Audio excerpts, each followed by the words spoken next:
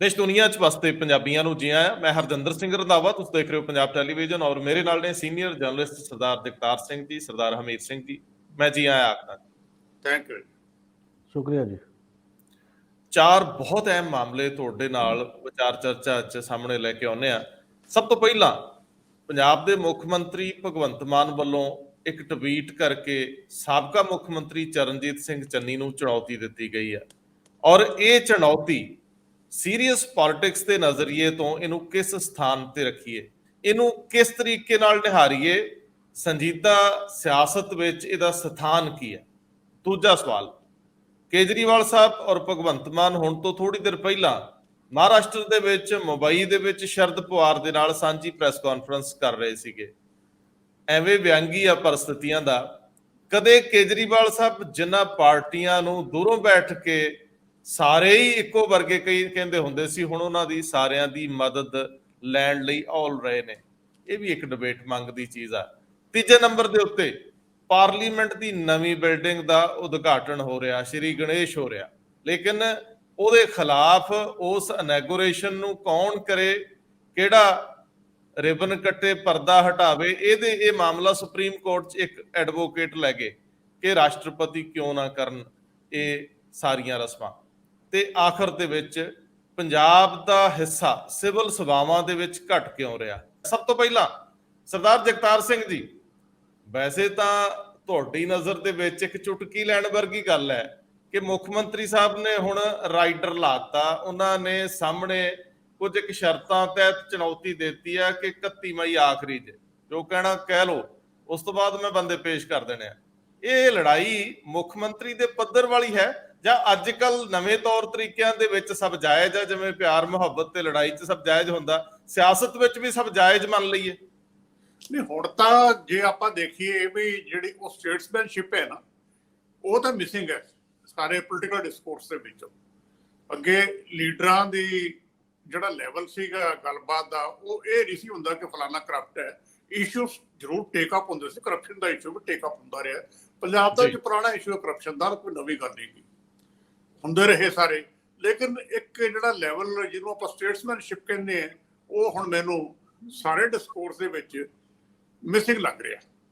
ਤੇ ਮੈਨੂੰ ਇੱਕ ਹੋਰ ਵੀ ਗੱਲ ਸਮਝ ਨਹੀਂ ਆਉਂਦੀ ਕਿ ਜਿਸ ਤਰੀਕੇ ਦੇ ਨਾਲ ਕਾਂਗਰਸ ਤੇ ਆਪ ਦੀ ਇਹ ਕਨਫੈਡਰੇਸ਼ਨ ਪੰਜਾਬ ਵਿੱਚ ਇੱਕ ਤਿੱਖੀ ਹੋ ਰਹੀ ਹੈ। ਮੈਂ ਨੈਸ਼ਨਲ ਪਰਸਪੈਕਟਿਵ ਤੋਂ ਗੱਲ ਕਰਦਾ। ਇੱਕ ਪਾਸੇ ਆਪ ਸਾਰੀਆਂ ਪਾਰਟੀਆਂ ਦੀ ਸਪੋਰਟ ਲੈਣ ਦੀ ਕੋਸ਼ਿਸ਼ ਕਰ ਰਹੀ ਹੈ, ਦੂਜੇ ਪਾਸੇ ਕਾਂਗਰਸ ਦੇ ਨਾਲ ਠੀਕ ਹੈ ਸਟੇਟ ਲੈਵਲ ਤੇ ਇਹਨਾਂ ਦੀ ਆਪਣੀ ਪੋਲਿਟਿਕਸ ਹੈਗੀ ਹੈ, ਦੋਵਾਂ ਨੇ ਲੜਾਈ ਇੱਕ ਦੂਜੇ ਦੇ ਖਿਲਾਫ ਲੜਦੀ ਹੈ। ਲੇਕਿਨ ਜਿਹੜਾ ਤਿੱਖਾਪਣ ਸਿਆਸਤ ਦਾ, ਬਈ ਇਹ ਕਿੰਨਾ ਇੱਕ ਦੂਜੇ ਤੇ ਅਟੈਕ ਕਰਨਾ ਹੈ, ਕਿ ਇਹਨੂੰ ਬਿਟਰਨੈਸ ਤੱਕ ਲੈ ਕੇ ਜਾਣਾ ਹੈ। ਜੇ ਬਿਟਰਨੈਸ ਤੱਕ ਜਾਏਗੀ ਗੱਲ, ਤੇ ਕੀ ਇਹ ਨੈਸ਼ਨਲ ਲੈਵਲ ਤੇ ਜਿਹੜਾ ਨਵਾਂ ਮਾਹੌਲ ਸਿਰਜਿਆ ਜਾ ਰਿਹਾ ਹੈ ਇੱਕ ਅਪੋਜੀਸ਼ਨ ਫਰੰਟ, ਕਿ ਉਹਨੂੰ ਇਫੈਕਟ ਨਹੀਂ ਕਰੇਗਾ? ਇਹ ਗੱਲਾਂ ਦੇਖਣ ਲਈ ਹੈ। ਠੀਕ ਹੈ, ਇਹ ਨਿਤਾਰੇ ਹੋਣੇ ਚਾਹੀਦੇ ਵੀ ਕੌਣ ਕਰਪਟ ਹੈ ਕੌਣ ਨਹੀਂ ਹੈ। ਇਹ ਸਾਰੇ ਹੀ ਇਹਦੇ ਵਿੱਚ ਆਉਣੇ ਚਾਹੀਦੇ। ਸਾਰਿਆਂ ਦੇ ਇਕੱਠੇ ਹੀ ਇਨਕੁਆਇਰੀ ਕਰਾ ਲਓ ਵਾਰ-ਵਾਰ। ਮਤਲਬ ਇਹ ਕੇਸ ਕਦੇ ਕਿਸੇ ਨੂੰ ਫੜ ਲਿਆ, ਕਦੇ ਕਿਸੇ ਨੂੰ ਫੜ ਲਿਆ। ਤੁਸੀਂ ਕਮਿਸ਼ਨ ਬਿਠਾ ਦਿਓ ਇੱਕ, ਜਿਹੜਾ ਇੰਡੀਪੈਂਡੈਂਟ ਹੋਵੇ, ਘੱਟੋ ਘੱਟ ਜਿਹੜਾ ਦਿਖੇ ਵੀ ਇੰਡੀਪੈਂਡੈਂਟ ਹੈ। ਕਿਉਂਕਿ ਵਿਜੀਲੈਂਸ ਤੇ ਤਾਂ ਕੁਐਸਚਨ ਮਾਰਕ ਹੈਗੇ, ਜਿਵੇਂ CBI ਤੇ ED ਹੁਣ ਪਾਰਟੀਜਨ ਹੈਗੀ ਹੈ। ਸੁਪਰੀਮ ਕੋਰਟ ਦੇ ਕਿਸੇ ਵੇਲੇ ਕੇਜਡ ਪੈਰਟ ਵੀ ਕਿਹਾ ਸੀ ਇਹਨੂੰ CBI ਨੂੰ। ਸੋ ਇੱਥੇ ਸਟੇਟਸ ਦੇ ਵਿੱਚ ਵੀ ਇਹੀ ਹੁੰਦਾ। ਸੋ ਬੈਟਰ ਮੇਰੇ ਖਿਆਲ 'ਚ ਇਹ ਹੈ ਕਿ ਇਹਦੀ ਲੌਂਗ ਟਰਮ ਵਾਸਤੇ ਲੋਕਪਾਲ ਤਾਂ ਇਹਨਾਂ ਦਾ ਚੱਲਿਆ ਨਹੀਂ ਕਿਸੇ ਦਾ ਵੀ, ਜਾਂ ਲੋਕਪਾਲ ਨੂੰ ਤੁਸੀਂ ਪਾਵਰਸ ਦਿਓ, ਬਣਾਓ। ਆਮ ਆਦਮੀ ਪਾਰਟੀ ਦਾ ਤਾਂ ਆਪਣਾ ਵੀ ਕਿਸੇ ਵੇਲੇ ਮੇਨ ਪਲਾਂਕ ਹਿੰਦੁਸਤਾਨ ਨੂੰ ਲੋਕਪਾਲ ਦੇਣਾ ਸੀ, ਜਾਂ ਤਾਂ ਉੱਥੇ ਲੈ ਕੇ ਆਓ ਸਾਰੀ ਗੱਲ ਨੂੰ। ਇਹ ਜਿਹੜੀ ਸ਼ਾਰਟ ਟਰਮ ਪੋਲਿਟਿਕਸ ਹੈ, ਮੇਰੇ ਖਿਆਲ ਇਹਨੂੰ ਬਾਹਰ ਕੱਢਣਾ ਚਾਹੀਦਾ ਆਪਣੇ ਆਪ ਨੂੰ ਪੰਜਾਬ ਦੇ ਵਿੱਚੋਂ। ਤੇ ਲੌਂਗ ਟਰਮ ਜਿਹੜਾ ਪੰਜਾਬ ਦਾ ਭਲਾ, ਉਹਦੇ ਬਾਰੇ ਸੋਚੋ। ਇਨਕੁਆਇਰੀ ਕਰਨੀ ਹੈ ਸਾਰਿਆਂ ਦੀ, ਕਰੋ, ਕੋਈ ਗੱਲ ਨਹੀਂ।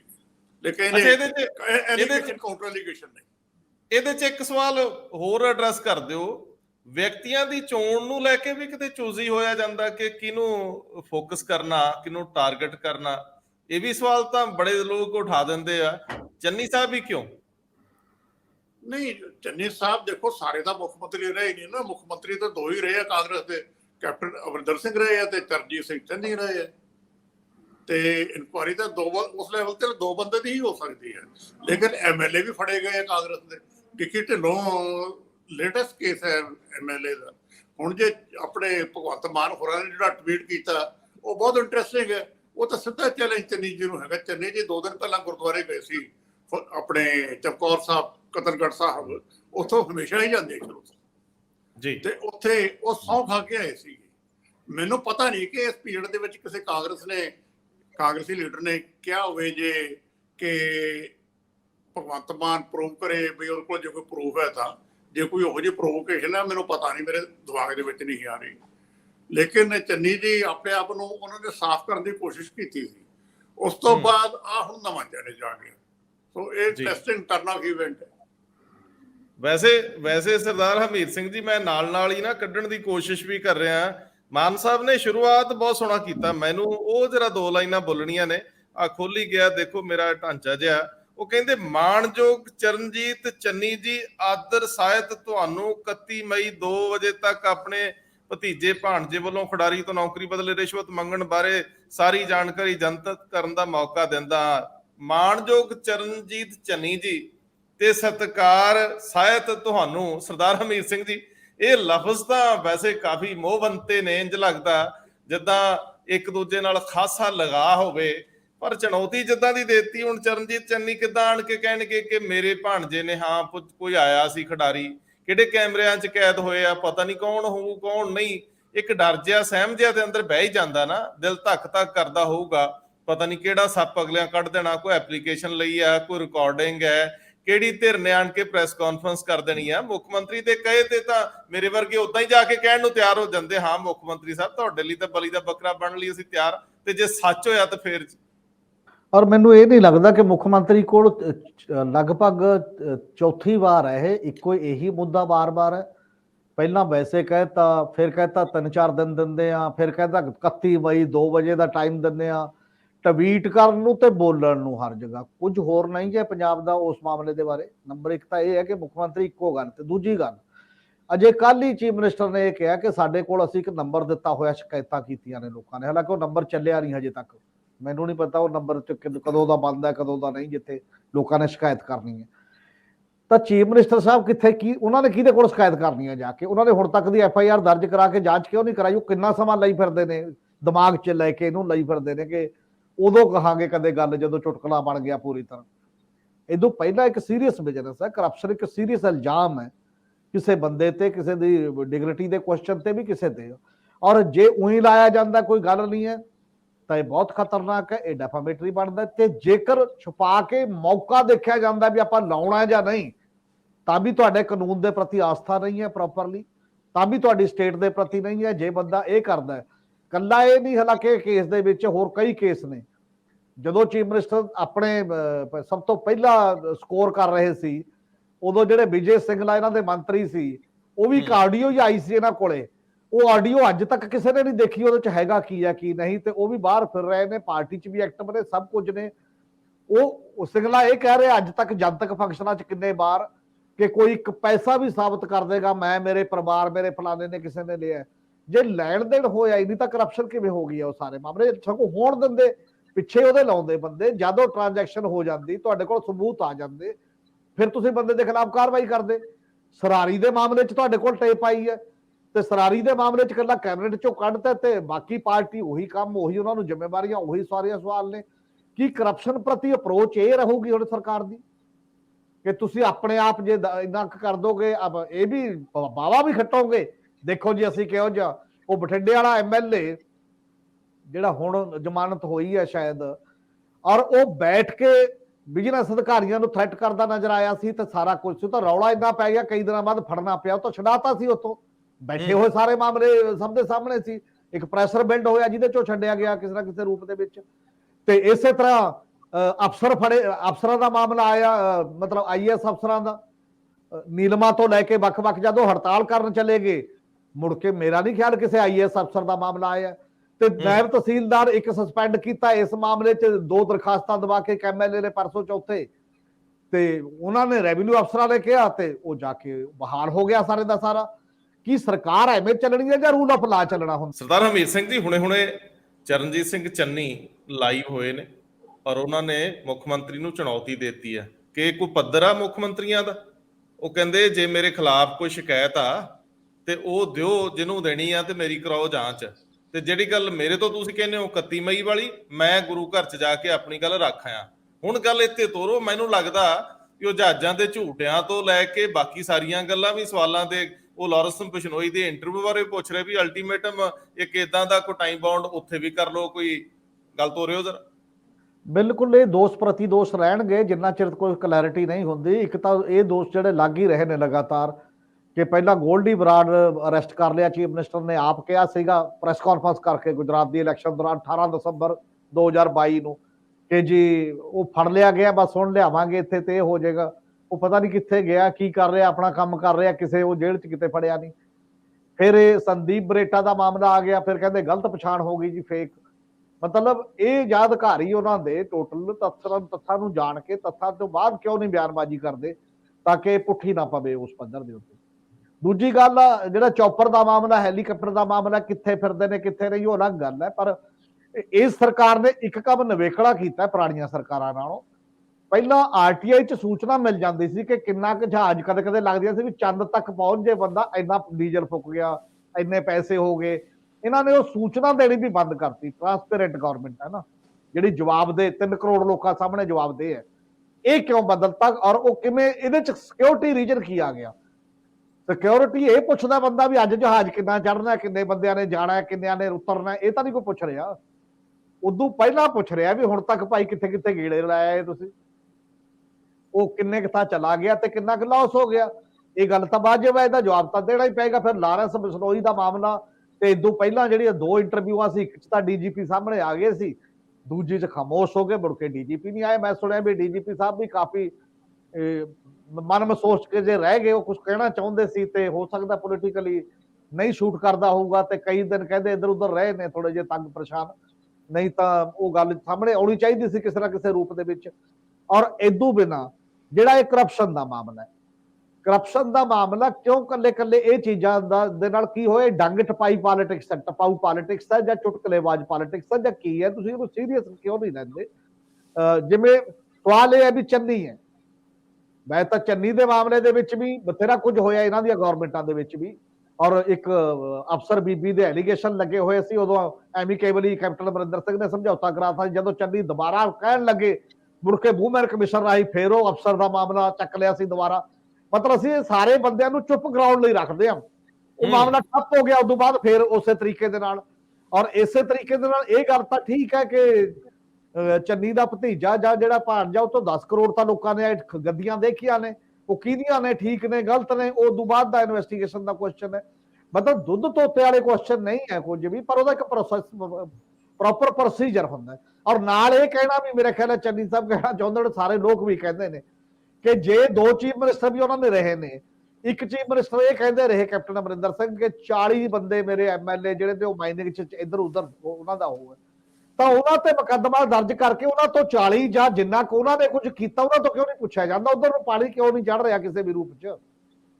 ਤੁਸੀਂ ਮਤਲਬ ਜੇ ਕਰਨਾ ਹੀ ਹੈ, ਜੇ ਐਂਟੀ ਕਰਪਸ਼ਨ ਵੇਵ ਹੈ ਉਹ ਚੱਲਣੀ ਹੈ, ਤਾਂ ਉਹ ਸਾਰੇ ਬੰਦਿਆਂ ਨੂੰ ਇੱਕੋ ਮਤਲਬ ਓਵਰਆਲ ਉਹ 5 ਸਾਲ ਦਾ ਕਰਾ ਲਓ ਪੂਰਾ, ਕਿਸੇ ਨੂੰ ਕਮਿਸ਼ਨ ਬਣਾ ਕੇ, ਕਿਸੇ ਨੂੰ ਕੁਝ ਕਰਕੇ। ਜੇ ਤੁਸੀਂ ਉਦੋਂ ਜ਼ਿਆਦਾ ਨਹੀਂ ਕਰਨਾ ਜਾਂ ਆਪਣਾ ਨਹੀਂ ਕਰਨਾ, ਇੱਕ ਲਿਮਟਡ ਇਹ ਕਰਨਾ ਹੈ, ਨਹੀਂ ਤਾਂ ਇੱਕ ਪ੍ਰੋਪਰ ਸੰਸਥਾ ਬਣਾਓ। ਤੇ ਜੇ ਇਹ ਨਹੀਂ ਬਣਾਉਂਦੇ ਤਾਂ ਮੈਨੂੰ ਲੱਗਦਾ ਕਿ ਲੋਕਾਂ ਦਾ ਟਾਈਮ ਵੇਸਟ ਵੀ ਹੈ। ਔਰ ਜਿਹੜਾ ਟਾਈਮ ਤੁਸੀਂ ਸੀਰੀਅਸ ਮੁੱਦਿਆਂ ਤੇ ਸੰਵਾਦ ਜਾਂ ਬਾਕੀ ਗੱਲਾਂ ਤੇ ਲਾਉਣਾ ਹੈ, ਉਹ ਵੀ ਨਹੀਂ ਹੋ ਰਹੇ। ਤੁਹਾਡਾ ਟਾਈਮ, ਤੁਹਾਡਾ ਮੀਡੀਆ ਦਾ ਟਾਈਮ ਦਾ ਖਰਚ ਜਿੰਨਾ ਹੋ ਰਿਹਾ, ਜਿੰਨੀ ਸਪੇਸ ਅਖਬਾਰਾਂ 'ਚ ਤੁਸੀਂ ਲੈ ਰਹੇ ਹੋ, ਜਿੰਨੀਆਂ ਬਾਕੀ ਚੀਜ਼ਾਂ ਕਰ ਰਹੇ ਹੋ, ਉਹ ਸਾਰੀਆਂ ਚੀਜ਼ਾਂ ਹੀ ਉੱਥੇ ਜਾ ਰਹੀਆਂ ਨੇ ਜਿੱਥੋਂ ਦੀ ਲੋੜ ਨਹੀਂ ਹੈ, ਜਿਹੜੀਆਂ ਸੀਰੀਅਸ ਗੱਲਾਂ ਤੇ ਖਰਚ ਕੀਤੀਆਂ ਜਾ ਸਕਦੀਆਂ ਨੇ ਮੈਨੂੰ ਲੱਗਦਾ। ਔਰ ਦੂਜੀ ਗੱਲ ਇਹ ਵੀ ਹੈ ਕਿ ਚੀਫ ਮਿਨਿਸਟਰ ਦੇ ਅਹੁਦੇ ਵਰਗੇ ਨੂੰ ਇਹ ਸਾਬਤ ਕਰਨਾ ਪਵੇ ਮੈਂ ਮੁੰਡਾ ਸਾਹਮਣੇ ਲਿਆ ਦਊਂਗਾ। ਤੁਹਾਡਾ ਏਡਾ ਵੀ اخلاقی ਲੈਵਲ ਨਹੀਂ ਹੈ ਖੜ ਕੇ ਤੁਸੀਂ ਕਹੋ ਮੈਂ ਕਹਿ ਰਿਹਾ ਮੈਂ ਐਜ ਚੀਫ ਮਿਨਿਸਟਰ, ਮੈਨੂੰ ਇਹ ਗਵਾਹ ਦੇਣ ਦੀ ਲੋੜ ਨਹੀਂ, ਗਵਾਹ ਅਦਾਲਤ 'ਚ ਜਾਊਗਾ। ਇਹਦੇ ਮੁਕਾਬਲੇ ਆ ਕੀਤਾ, ਇਹ ਤਾਂ ਬਹੁਤ ਛੋਟੇ ਮੋਟੇ ਬੰਦਿਆਂ ਨੂੰ ਕਹਿਣਾ ਪੈਂਦਾ ਜੀ, ਤੇ ਕੋਈ ਯਕੀਨ ਨਾ ਕਰੇ ਵੀ ਭਾਈ ਕੋਈ ਗੱਲ ਨਹੀਂ, ਕੋਈ ਨਾ, ਫਿਰ ਤੂੰ ਬੰਦਾ ਲਿਆ, ਤੇਰੇ ਕੋਲ ਆਹ ਪੇਸ਼ ਕਰਾਂਗੇ। ਅਸੀਂ ਕਿਹੜੀ ਖੇਡ ਖੇਡ ਰਹੇ ਹਾਂ? ਮੈਨੂੰ ਇਹ ਸਮਝ ਨਹੀਂ ਆ ਰਹੀ। ਇਹ ਬੜਾ ਮਤਲਬ ਹਲਕੇ ਪੱਧਰ ਦੀ ਖੇਡ ਹੈ ਪੰਜਾਬ 'ਚ, ਜੋ ਸਾਡਾ ਪੋਲੀਟੀਸ਼ੀਅਨ ਰਲ ਮਿਲ ਕੇ ਖੇਡ ਰਹੇ ਆ, ਔਰ ਸਾਰੇ ਜੋ ਆਪੋ ਆਪਣੇ ਤਰੀਕੇ ਦੇ ਨਾਲ ਇਲਜ਼ਾਮਬਾਜ਼ੀ ਜਾਂ ਬਾਕੀ। ਔਰ ਅਸੀਂ ਵੱਧ ਤੋਂ ਵੱਧ ਕੀ ਕਰਦੇ ਆ, ਜਿਹਦੇ ਤੇ ਇਲਜ਼ਾਮ ਲੱਗਦਾ ਉਹ ਕਹਿੰਦਾ ਆਪਣੀ ਕੱਛ 'ਚ ਦੂਜੇ ਦੀ ਹੱਥ 'ਚ, ਉਹ ਦੂਜੇ ਤੇ ਕਾਊਂਟਰ ਇਲਜ਼ਾਮ ਲਾਉਣਾ ਸ਼ੁਰੂ ਕਰ ਦਿੰਦਾ, ਆਪਣੀ ਨਹੀਂ ਦੱਸਦਾ। ਆਪਣੀ ਦੱਸ ਦਿਓ ਪੂਰੀ ਤਰ੍ਹਾਂ, ਜਿੱਦਣ ਤੁਹਾਡੇ ਤੇ ਲੱਗਿਆ, ਬਾਅਦ ਚ ਕਾਊਂਟਰ ਕੰਪੇਨ ਚਲਾਉਂਦੇ ਰਹੋ, ਜਿਹਨੇ ਚਲਾਉਣਾ ਇੱਕ ਦੂਜੇ ਦੇ ਖਿਲਾਫ ਵੀ ਚਲਾ ਲਓ। ਬਿਲਕੁਲ ਸਰਦਾਰ ਜਗਤਾਰ ਸਿੰਘ ਜੀ, ਤੁਸੀਂ ਦੋਨਾਂ ਨੂੰ ਹੀ ਸੁਣਿਆ, ਇੱਕ ਦਾ ਤਾਂ ਟਵੀਟ ਤੁਸੀਂ ਦੇਖਿਆ ਤੇ ਚੰਨੀ ਸਾਹਿਬ ਜਿਹੜੀ ਸਫਾਈ ਦੇ ਰਹੇ ਸੀ ਉਹ ਵੀ ਤੁਸੀਂ ਸੁਣੀ ਹੈ। ਮੈਂ ਸਿਰਫ ਇੰਨਾ ਕੀ ਜਾਣਨਾ ਹੈ ਕਿ ਚੰਨੀ ਸਾਹਿਬ ਇਸ ਮਾਮਲੇ 'ਚ ਤਾਂ ਗੁਰਦੁਆਰਾ ਸਾਹਿਬ ਜਾ ਕੇ ਸਫਾਈ ਦੇ ਆਏ ਤੇ ਉਹ ਕਹਿੰਦੇ ਮੈਂ ਦੇ ਵੀ ਆਇਆ, ਜੋ ਮੈਂ ਕਹਿਣਾ ਸੀ ਕਹਿਤਾ, ਹੁਣ ਤੁਸੀਂ ਕਰਾਓ ਜਾਂਚ। ਪਰ ਜਦੋਂ ਉਹਨਾਂ ਦੇ ਭਾਣਜੇ ਨੂੰ ਅਰੈਸਟ ਕੀਤਾ ਜਾਂਦਾ, ਉਦੋਂ ਜਿਵੇਂ ਸਰਦਾਰ ਹਮੀਤ ਸਿੰਘ ਕਹਿ ਰਹੇ ਸੀਗੇ ਕਿ ਨੋਟਾਂ ਦੇ ਦਰਸ਼ਨ ਹੋਏ ਸਾਰਿਆਂ ਨੂੰ, ਉਹਦੇ ਸੰਬੰਧੀ ਵੀ ਕਿਸੇ ਗੁਰੂ ਘਰ ਦੇ ਵਿੱਚ ਜਾ ਕੇ ਸਫਾਈ ਦੇ ਦੇਣੀ ਚਾਹੀਦੀ ਸੀ ਕਿ ਇੱਕ ਰਿਸ਼ਤੇਦਾਰ ਚੰਨੀ ਸਾਹਿਬ ਦੇ ਮੁੱਖ ਮੰਤਰੀ ਹੁੰਦਿਆਂ ਹੋਇਆ ਕਰਪਸ਼ਨ ਦੇ ਚਾਰਜਸ ਦੇ ਵਿੱਚ ਫੜਿਆ ਜਾਂਦਾ ਹੈ, ਮਾਈਨਿੰਗ ਦੇ ਦੋਸ਼ ਲੱਗੇ, ਬਦਲੀਆਂ ਦਾ ਵੀ ਰੌਲਾ ਪੈਂਦਾ ਰਿਹਾ ਕਥਿਤ ਤੌਰ ਤੇ। ਇਹਦੇ ਸੰਬੰਧੀ ਕਦੇ ਉਹਨਾਂ ਨੇ ਗੁਰੂ ਘਰ ਜਾਂ ਕਿਸੇ ਜਗ੍ਹਾ ਤੇ ਸਫਾਈ ਦਿੱਤੀ ਨਹੀਂ ਕਿ ਕਿਤੇ ਮੇਰਾ ਇਨਫਲੂਐਂਸ, ਅਸੀਂ ਨਹੀਂ ਕਹਿੰਦੇ ਵੀ ਚੰਨੀ ਸਾਹਿਬ ਦਾ ਉਹਦੇ 'ਚ ਕੋਈ ਰੋਲ ਸੀ, ਉਹਨਾਂ ਦਾ ਹਿੱਸਾ ਪੱਤੀ ਸੀਗਾ, ਲੇਕਿਨ ਇਨਫਲੂਐਂਸ ਤਾਂ ਮੁੱਖ ਮੰਤਰੀ ਦੇ ਰਿਸ਼ਤੇਦਾਰਾਂ ਦੇ ਉੱਤੇ ਮੁੱਖ ਮੰਤਰੀ ਦਾ ਹੀ ਵਰਤਿਆ ਜਾ ਰਿਹਾ ਹੋਊਗਾ ਨਾ ਜੀ। ਇਹਦੇ ਸੰਬੰਧੀ ਵੀ ਉਹਨਾਂ ਨੂੰ ਕਰਪਸ਼ਨ ਦੇ ਮਾਮਲੇ ਤਾਂ ਅੱਗ ਵਾਂਗ ਫੈਲਦੇ ਆ ਤੇ ਹੁਣ ਤੱਕ ਅਜੇ ਤੱਕ ਫੈਲਦੇ ਹੀ ਨੇ ਜੀ। ਉਹ ਮਾਮਲਾ ਤਾਂ ਆਲਰੇਡੀ ਚੱਲ ਰਿਹਾ ਹੈ ਕੋਰਟ ਦੇ ਵਿੱਚ, ਕੋਰਟ ਨੇ ਫੈਸਲਾ ਕਰਨਾ ਉੱਥੇ। ਜਿਹੜੇ ਚਾਰਜ ਸ਼ੀਟ ਹੋਏਗੀ ਜਾਂ ਮੈਨੂੰ ਖਿਆਲ ਨਹੀਂ ਉਹ ਪੇਸ਼ ਹੋ ਗਈ ਹੈ ਨਹੀਂ, ਤਾਂ ਹੁਣ ਤੱਕ ਉਸ ਲੈਵਲ ਤੇ ਹੈ, ਹੁਣ ਤਾਂ ਜੁਡੀਸ਼ੀਅਲ ਪ੍ਰੋਸੈਸ ਹੈ। ਉਹ ਉਹਦੇ 'ਚ ਮੇਰੇ ਖਿਆਲ ਤੇ ਚੰਨੀ ਜੀ ਨੂੰ ਕੋਈ ਸਫਾਈ ਦੇਣ ਦੀ ਬਹੁਤੀ ਲੋੜ ਨਹੀਂ, ਉਹ ਦੂਸਰੇ ਲੈਵਲ ਤੇ ਕੇਸ ਪਹੁੰਚ ਚੁੱਕਿਆ। ਜੇ ਜੁਡੀਸ਼ੀਅਲ ਲੈਵਲ ਤੇ ਕੇਸ ਨਾ ਹੁੰਦਾ ਫਿਰ ਐਲੀਗੇਸ਼ਨ ਕਾਊਂਟਰ ਐਲੀਗੇਸ਼ਨ ਕੋਈ ਸਫਾਈ ਦੇ ਜਾਵੇ ਨਾ ਦੇ ਜਾਵੇ ਉਹ ਗੱਲ ਵੱਖਰੀ ਹੁੰਦੀ ਹੈ। ਇਸ ਕੇਸ ਦੇ ਵਿੱਚ ਵੀ ਹੁਣ ਜਿਹੜੀ ਗੱਲ ਚੱਲ ਰਹੀ ਹੈ, ਮੈਂ ਪਹਿਲਾਂ ਵੀ ਗੱਲ ਕੀਤੀ ਹੈ ਕਿ ਜਿਹੜੀ ਸਟੇਟਸਮੈਨਸ਼ਿਪ ਹੈ ਉਹ ਪੰਜਾਬ 'ਚ ਇਸ ਵੇਲੇ ਮਿਸਿੰਗ ਹੈ। ਬੇਸਿਕ ਜਿਹੜੀ ਸਿਆਸਤ ਹੈ ਉਹ ਐਲੀਗੇਸ਼ਨ ਕਾਊਂਟਰ ਐਲੀਗੇਸ਼ਨ ਨਹੀਂ ਹੈ। ਪੰਜਾਬ ਦੇ ਵੱਡੇ ਇਸ਼ੂ ਹੈਗੇ ਕਿ ਕਰਪਸ਼ਨ ਸਿਰਫ ਇੱਕੋ ਹੀ ਇਸ਼ੂ ਸੀਗਾ। ਆਪਾਂ ਮੰਨ ਕੇ ਤੁਰਦੇ ਆ ਪੰਜਾਬ ਦੇ ਵਿੱਚ ਕਰਪਸ਼ਨ ਬਹੁਤ ਵੱਡਾ ਇਸ਼ੂ ਸੀ, ਕੋਈ ਰੌਲਾ ਨਹੀਂ। ਪਿਛਲੇ 15 ਸਾਲ ਤੋਂ ਆਪਾਂ ਤਾਂ ਲਗਾਤਾਰ ਸੁਣਦੇ ਆ ਰਹੇ ਵੀ ਕਾਂਗਰਸੀ ਅਕਾਲੀ ਲੁੱਟ ਕੇ ਖਾ ਗਏ। ਜੇ ਲੁੱਟ ਕੇ ਖਾ ਗਏ ਤੁਸੀਂ ਕਮਿਸ਼ਨ ਬਣਾਓ, ਸਾਰੇ ਦੀ ਇਨਕੁਆਇਰੀ ਕਰਾਓ, ਇੰਡੀਪੈਂਡੈਂਟ ਕਮਿਸ਼ਨ ਹੋਵੇ, ਹਾਈ ਕੋਰਟ ਦੀ ਸੁਪਰਵਿਜ਼ਨ ਥੱਲੇ ਹੋਵੇ, ਬਣਾ ਲਓ ਤੇ ਇਨਕੁਆਇਰੀ ਕਰਾ ਦਿਓ ਸਾਰੇ ਦੀ। ਐਵੇਂ ਰੋਜ਼ ਐਲੀਗੇਸ਼ਨ ਕਾਊਂਟਰ ਐਲੀਗੇਸ਼ਨ ਲਾ ਲਓ, ਇੱਕੋ ਦਿਨ ਜਿੰਨੇ ਇਨਕੁਆਇਰੀ ਕਰਾਉਣੀ ਹੈ 15 ਸਾਲ ਦੇ ਰਜੀਮ ਦੀ ਕਰਵਾ ਲਓ, ਜੇ ਟੈਕਨੀਕਲੀ ਫਿਜ਼ੀਬਲ ਹੈ ਤਾਂ।